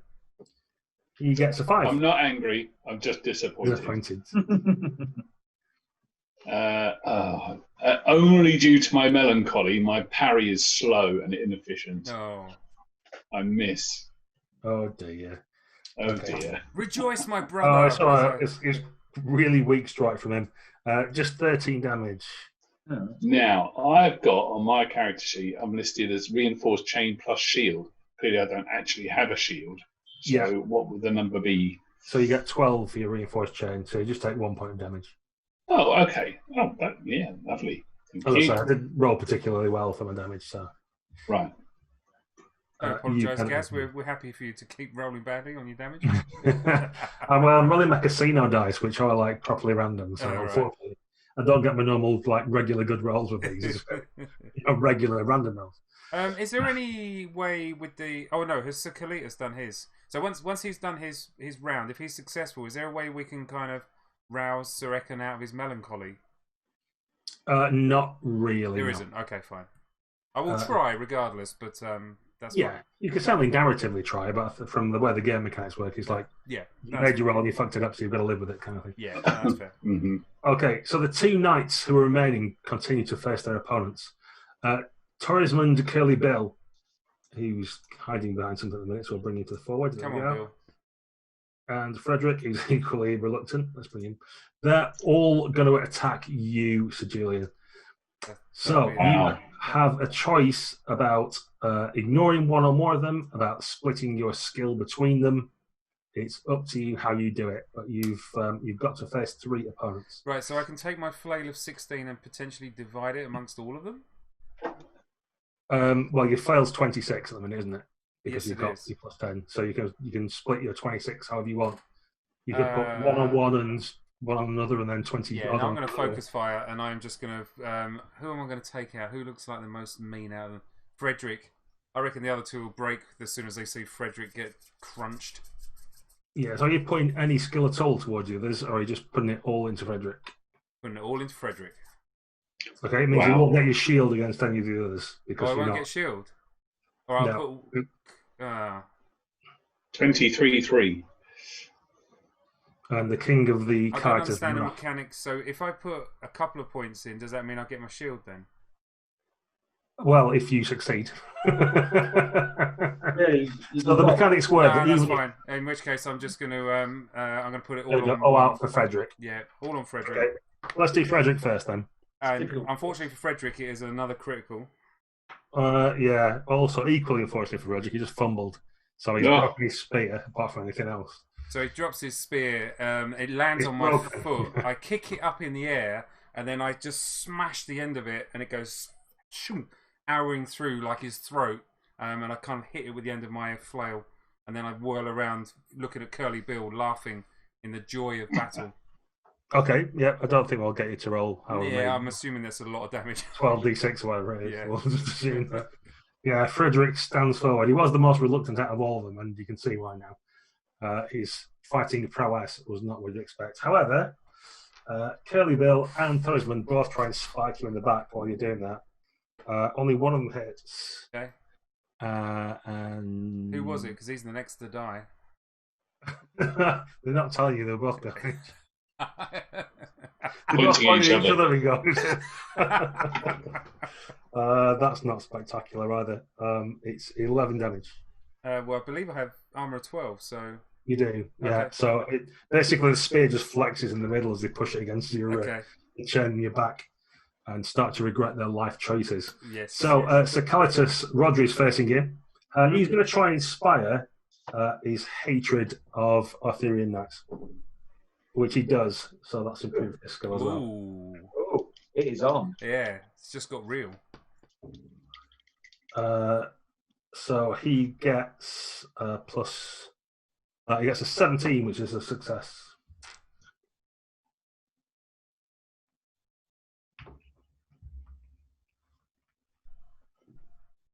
Oh, nice. So I have a 23. Yeah, that's a critical. Yeah. Yeah. Oh, Double mate, your this damage. plus 10 is amazing. It is. It's a bomb. It's really good. Wait till you make a reckless attack as well, so you get plus 20 in time.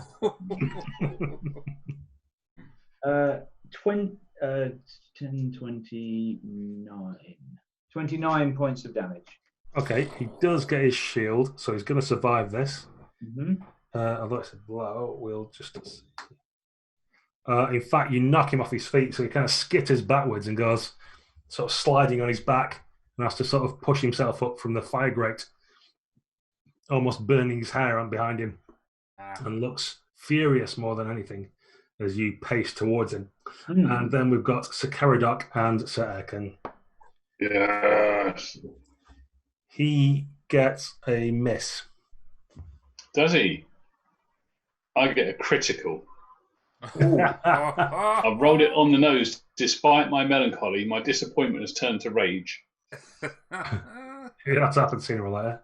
It did, didn't it? So do I roll double the number of dice or roll the dice and double it? Double the number of dice, because that's more fun for everyone. He doesn't like Is rolling that more 12 dice. or is that 10? That's going to be 12d6, baby. Yeah. Right. And he You doesn't can get a eat. shield because he... Oh, it's disappointing. 42 hits. Yeah, that is quite rubbish. However, he is dead, so feel free to describe that however you want.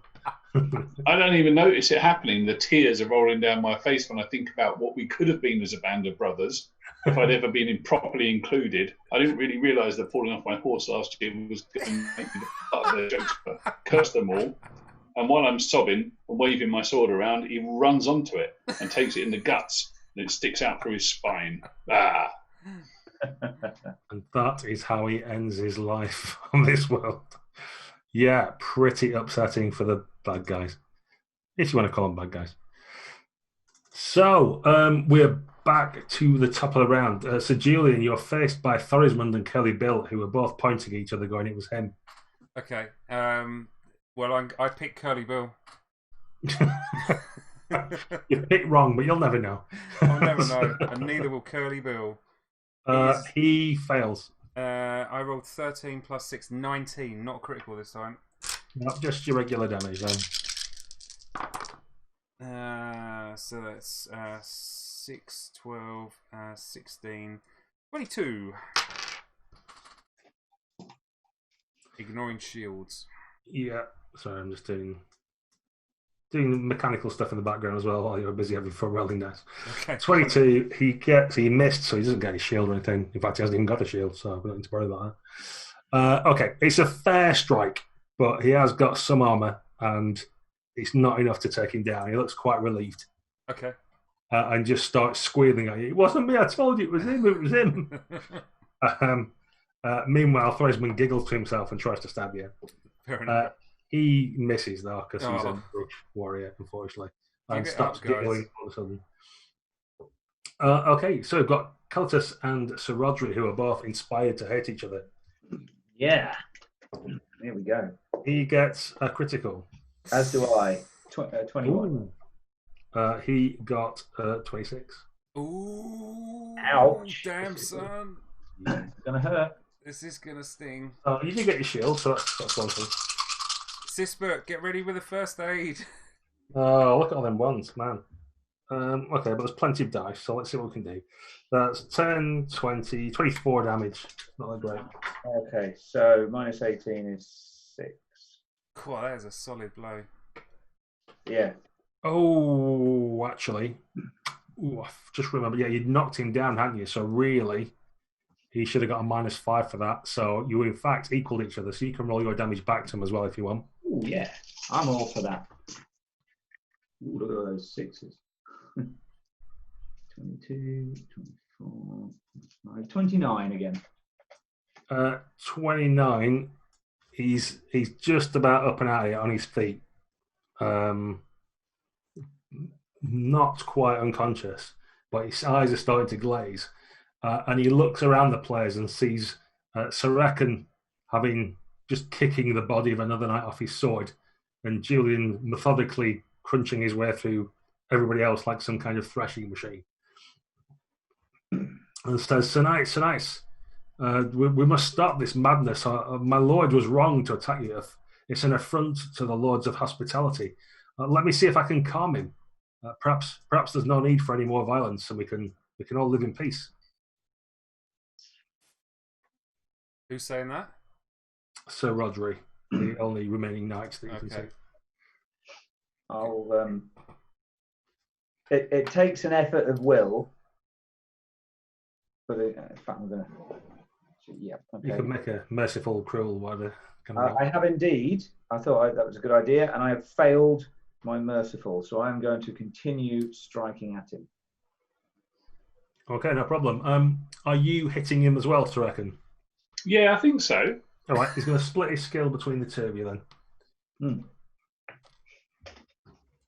So against Sir Caletus, he has missed, and he's missed against Sir Echen as well. So you both get to roll. As long as you hit, you get to roll your damage. Yeah, normal. I hit. Yeah. Yeah, normal hit, non-critical, only 11. No, his shared mail protects him from that. Yeah. Regular hit for 30. 30? Yeah. Have you had your D20 again? Yeah, of course I have. 21.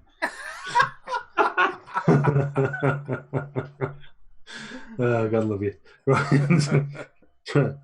You don't think you've killed him, but it is a blow enough to knock him unconscious. That's good enough. You can go and sit in the corner. Okay. Thorismund and Curly Bill are now fighting quite defensively, so it's up to you, Sir Julian, but it looks like they're trying to back away to the back staircase where the king went. And they're just shouting, get away, and trying the hardest to defend themselves from you. Okay. Well, I am the angel of death, and the battle fury is upon me. Caution has been thrown to the wind finally. For the Brotherhood! For the Giant Slayers! So, because they're fighting defensively, they both get +10 to the skill, but they can't do you any damage. Okay. Who are you hitting? Curly Bill. He just gets a 6. I do get a critical. I'm going to catch him just above the knee as he goes down. I'm just literally just going to stamp on him with my heavy mailed foot as I'm crunching up after Thorismund. I don't even care if he's dead or not. Yeah, there is the sickening crunch of bone beneath your feet as Thorismund takes that opportunity to leg it up the staircase. Okay. So Julian's making his way up this staircase that sits sort of behind the dais. You can see that spirally bit on the great hole. Oh, yeah. Well, having heard his battle cry of the giant slayers, I am moved to follow my brother. Indeed. Okay, you all follow up. There's quite a lot of screaming going on and running around as servants and other people are about, are just like losing their minds. In fact, you can either make an awareness or a battle roll if you wish. All right, battle, I think. I'm still at -5 to all this shit. Sisbert, where's my battle roll? Yeah, you can't use Sisbert for this. This is what he spots of them. I'll use awareness. Pass. 11 out of 13. I'm unmanned by my melancholy once again. Oh. Okay, I think I'll let you remake that passion roll to come out of the melancholy. See as you're going together, if you wish. Okie dokie. All right. Well, I've had the second shout of like for the Brotherhood, and I was much more impressed this time. I feel like I can finally commit to this group. Yes, I can commit. Not just in like the friend request area of your Wait, Facebook. Only half in. We started half talking out. about fees. The first couple of meetings were free, and then you wanted money. Okay, so you managed to rouse yourself in melancholy. So, Julian, you definitely hear up the stairs the sounds of men arming themselves. And, you know, the definite like activity of multiple people. It's not Okay. like one or two. I think excellent to myself. It's remarkable how much that sounds like men disarming themselves.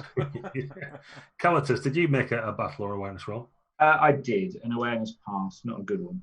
Okay, you hear as well, probably listening to different part of the castle, that outside of the castle, there's a sound of like, it sounds like a hunting horn or something. Yeah, And you would assume it's something, maybe assembling people together or something like that. So, yeah. not I'll quite sure. down. We must hurry. Yeah, you're not quite sure what you might face once you get back outside the castle again, or this particular area, but something's going on out there anyway. Unless the attackers come, we can but hope. Okay, I'll keep the same background for what it's worth. As you rush upstairs, Julian, as you round the corner at the top of the stairs, there's two men-at-arms with bows waiting for you. Mm-hmm. And they're both loose at you with their long bows. You've got your shield, right? So I'm going to say you can hold that up in front of you, which is useful. One hits and does 22 damage. Ow. All right. So, oh wow. Okay. So that's 4 points of damage to get through.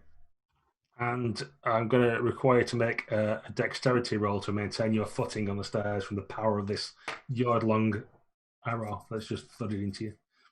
Okay. I rolled a 1 and I have a dex of 13. Yep, plenty. It doesn't slow your stride. The bowmen immediately retire, and you can see behind them there's other people trying to shut this barred studded oak door to get it shut. And you think if you'd been held up a little more, they might have managed to slam it shut and put the bar down. But you get there in time to stick a booted foot in the way and prevent them. Okay. And then your brothers come and join you as well. One presumes you barge your way into the room. Mm-hmm. Throw Okay. the shoulder against the door. You see, do you know what? I can delete that. It's getting on my nerves. There we go.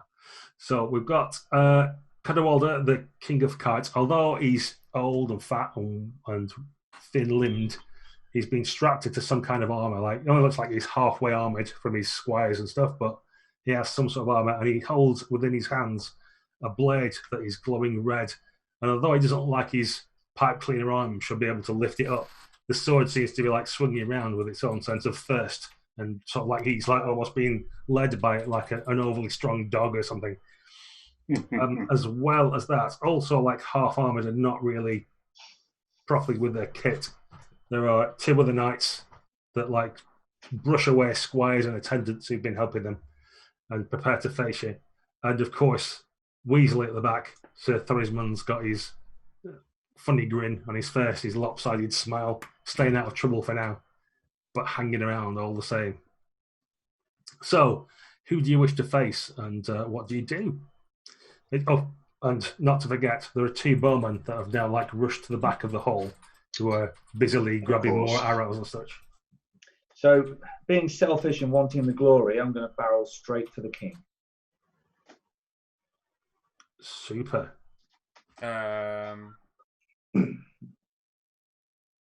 I will go after Thorismund. Because I am quite vengeful, so it does make sense. You're going for Thorismund, yeah. What are you up to, Sir Echen? Can I go back to back with Sir Caletus and defend him against the two household knights? You can. So, do you want to fight defensively, which could give you +10 to your skill to better help you split it up? That's a thing you could do if you wanted to. Yeah, I think I'm trying to pull that kind of stunt where they can't get past me.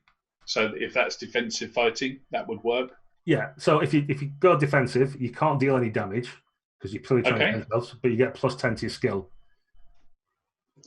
Okay. So it gives you a better chance. And you'd have to split initially.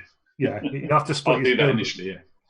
You'd have to split your skill between the two, obviously, as well. That's fine. That's fine. Okay, so I think I know what we're doing. Shall we go with Cadwalder first then? Yeah. Let's do it. Does my inspiration persist, or was that a separate thing? I think this is all part of the same scene, really, because you went straight after him. There was no pause for breath. Great. So I'm happy with that. Let me just check his passions in case there's something I want to do. Honor of 4. No, I don't think I'm going to be calling him that.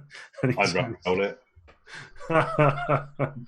Fine. Let's look at the Red Death, though, because that probably helps him in some way. It does indeed. Okay. Well, regardless of what he's doing, the sword's going to try and cut your head off. Yeah. So, with a battle cry of Arthur and the giant slayers, I will leap forward with my sword in a shining arc. Cool. He's got 21. 9. So, let's roll some damage. Yeah, great. He's not very big. That's a shame, isn't it? I imagine his sword is very magical, though. It's a weird one. We can talk about it afterwards, but let's just roll this and see what we get. So he does 15 damage. Okay. But it's a minimum of 6 points, regardless of armor. Right, okay, so I take 6 points then. Yeah, although you think you've you pulled your shield in the correct way and brace yourself, and yet somehow there's hot, sticky blood leaking out of your ribs from around your ribs. Somehow. It's almost like it winked out of existence around your shield and popped up the other side. God's teeth! What is this witchery? So Owain and Edon are both trying to hammer down on Echen. How are you splitting your skill up? Well, because I'm on defense, I've got 27, so I've got a 13 and a 14 if I want to go even. Sure. So Owain first gets a 2. Okay. So Edon's got a 12. Right. Well, against the first one, who rolled a 2, I've missed. Cool. No. And on the second one, I've succeeded with a 9. Okay, so you haven't got a shield. I was going to say you get to use your shield, but you haven't got one anyway. No. Okay, so you just get 2 lots of damage. The first is 20. Is that the same as my chain? Your chain is 12. So 8 points are going to go through. So it's not then. Not as such. And then 16 from the second strike. Okay, so another 4. Wow. Okay, I'm feeling this now. Go, Caletus. Go, go, go. Take him down. If you had a shield, you might have done a bit better there. But... yeah, fighting defensively without a shield is looking like an error of judgment. Every day's a skill day, as they say. So Julian, Thorismond's like looking really upset that you've somehow come running around to get him. With my glistening, dripping red face. He's got a critical with his spear. Has he? Sadly for him, I got 21. Oh, you got a better critical. I've got a better critical. Eat this. I think you don't get to roll damage for that, though. I think you deserve both to roll damage. 10, 20, 30, 38, 42, 47. Okay, he dies, but while he's dying, he's going to deal you 29 damage. What? That's a critical, isn't it? Yeah. But you do get to use your shield, of course. Okay, thank God for small mercies. Okay. So you probably need to make a dex roll to see if you stay on your feet after that. Sure. 12 out of 13. Yeah, plenty. So how I imagine it works out is he sees you thundering towards him and sets his spear like he would against a horseman. Right. And you kind of like run onto the spear and run down it and smash him in the head or something. Yeah. And then you pluck the spear out the other side or push it all the way through. Yeah. So it's out the back. So you're bleeding quite heavily, but still in the fight. So we'll return to the top. Cadwald is like already breathing heavily, but the sword's showing no sign of stopping. Gaz, yes, I would like, if possible, to switch. Basically, although selfish, my loyalty to the Giant Slayers is just as strong. Realizing that Sir Echen, without a shield, will not be able to defend my back as well as I can his, I will yell, Sir Echen, wheel! And then we'll move round, and I'll move to fighting defensively against those two, while Sir Echen can take the fight to the Red Blade. Good call. Sounds perfectly dramatic to me. I saw no reason to stop that. Well, while you mentioned dramatic, now that I have no opponent, I'm going to jump up onto one of the tables. There are two bowmen, I'll just point out. There are two bowmen. That's fine. I'm going to ignore them. I'm going to leap up onto the table and I'm going to fly through the air. And I'm going to go full reckless on Cadwallader. Okay. So he's probably oblivious, but the sword probably knows you're coming. So he decides whether to split things between you. Let's have a look. How, like, his traits are atrocious. He just doesn't care. So that means his vengeful is going to be massive. Yeah, he doesn't care about you. He's going to keep going for the knights in front of him, I think. Fair enough. At this point. Yeah, let's just do that. Okay, so Sir Echen, you can fight against him. Yeah, okay, so now that I've swapped places, I can give it the full greatsword attention that this king deserves, right? You can. You'll want to roll very well. I've rolled a 15 to hit. Yeah, he gets 16. No! I knew you'd like that. Wow. So it's not massive damage. It's only 13 damage, but it does a minimum of 6 regardless of armor. Holy moly. Minimum of 6. Okay, I'm wobbling badly under these blows. Yeah. Okay, and then Sir Julian, you can make your less than honourable backstab. I am flying through the air. So I get another plus 10, right? Yes.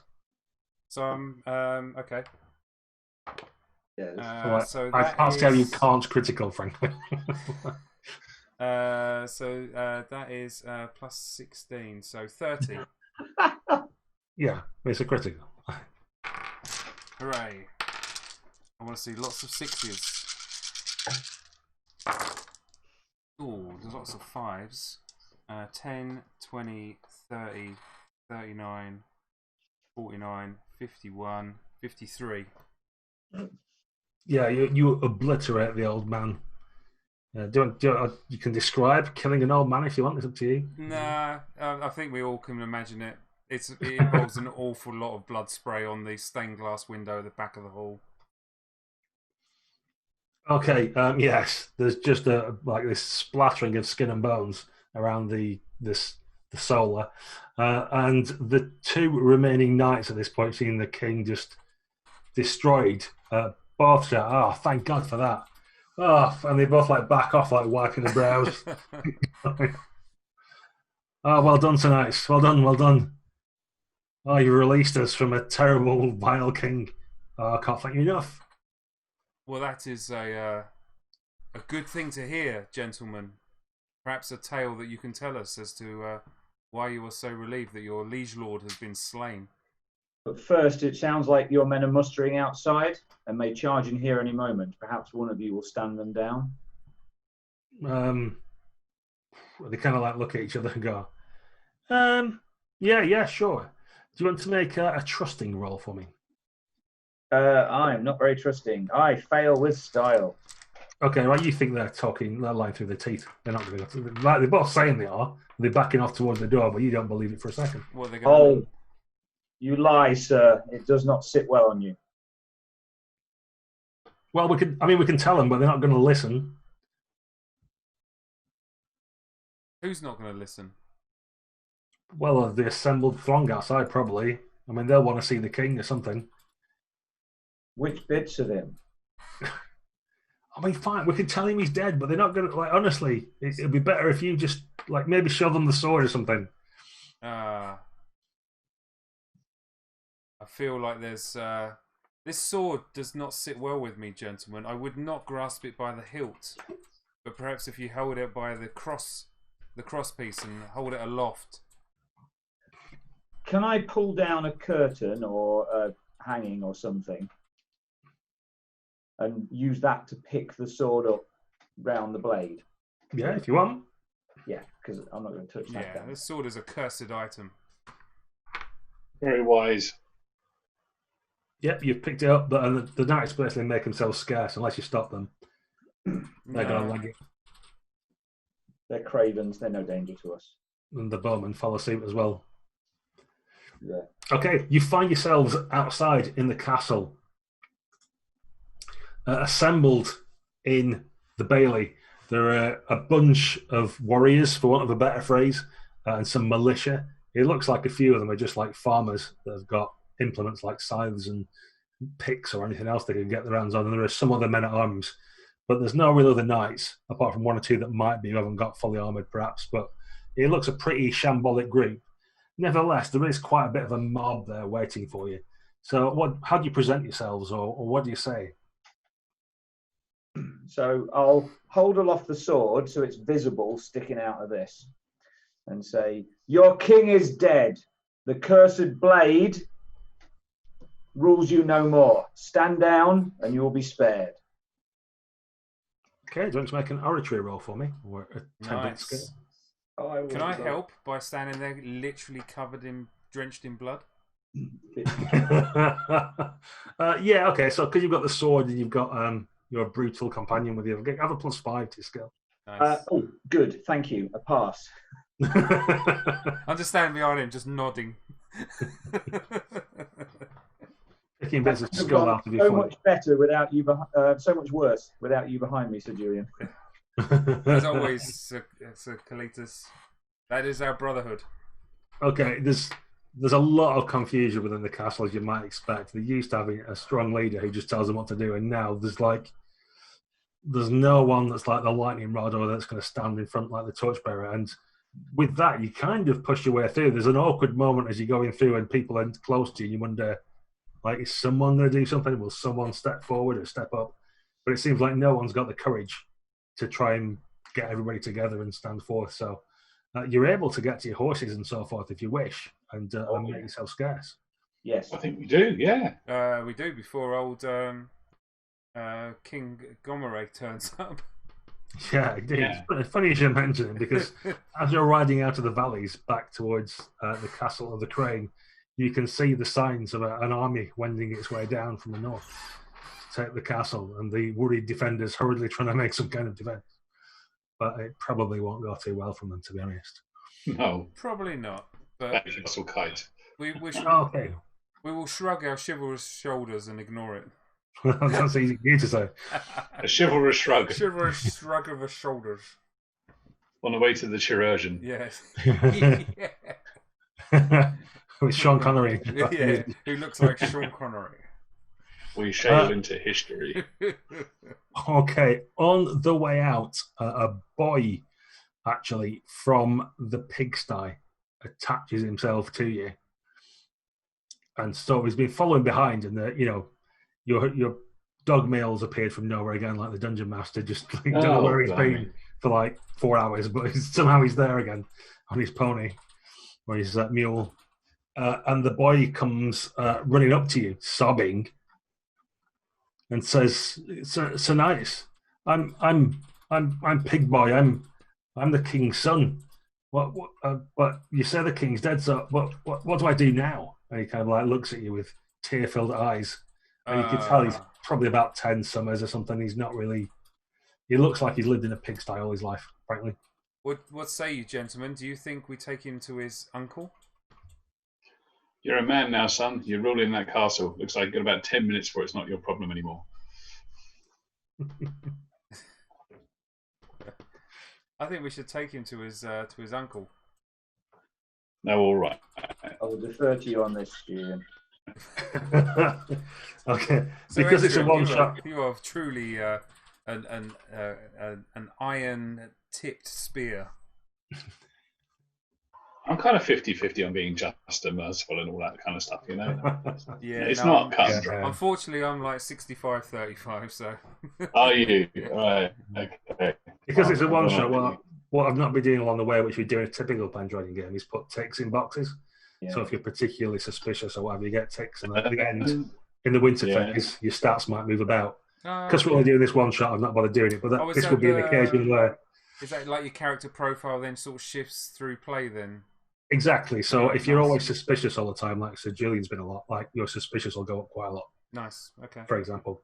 And so you have to act more knightly in order to get the special bonuses for your chivalric bonus and all that kind of thing. Gotcha. Or that sort of thing. So there's a balance in gameplay between playing to knightly virtues and how do you get things done, which is part of the long-term game. But we just have one final scene to get through for the end of this scenario, if you can live through it that long, which is getting back to the castle of the Crane.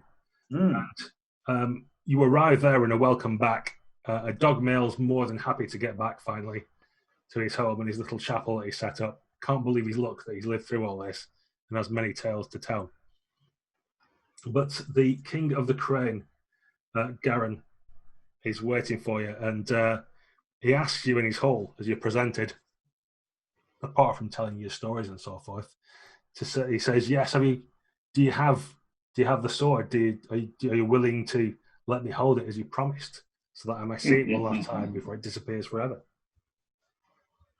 I would honour our promise, of course, but I would urge caution, and I would urge you to reconsider your desire. Take your nephew. And he looks at someone who looks like the worst stable boy you've ever seen ever. He's kind of, my nephew. He was the son of Caldwaller, and we rescued him. Fine. I'll find a place for him. But the sword, you promised me. I can hold it in my hand. The sword is cursed, my lord. So I would urge you, I plead with you to reconsider your request. Give me your oath, sir, that you will hold it by the scabbard and not by the hilt, because anything else will leave you open to the curse that consumed Cadwallader. Do you not desire the love of your people, the loyalty of your men-at-arms? Cadwallader's knights threw down their swords and cheered when he died. Such is the venom in the curse of this sword.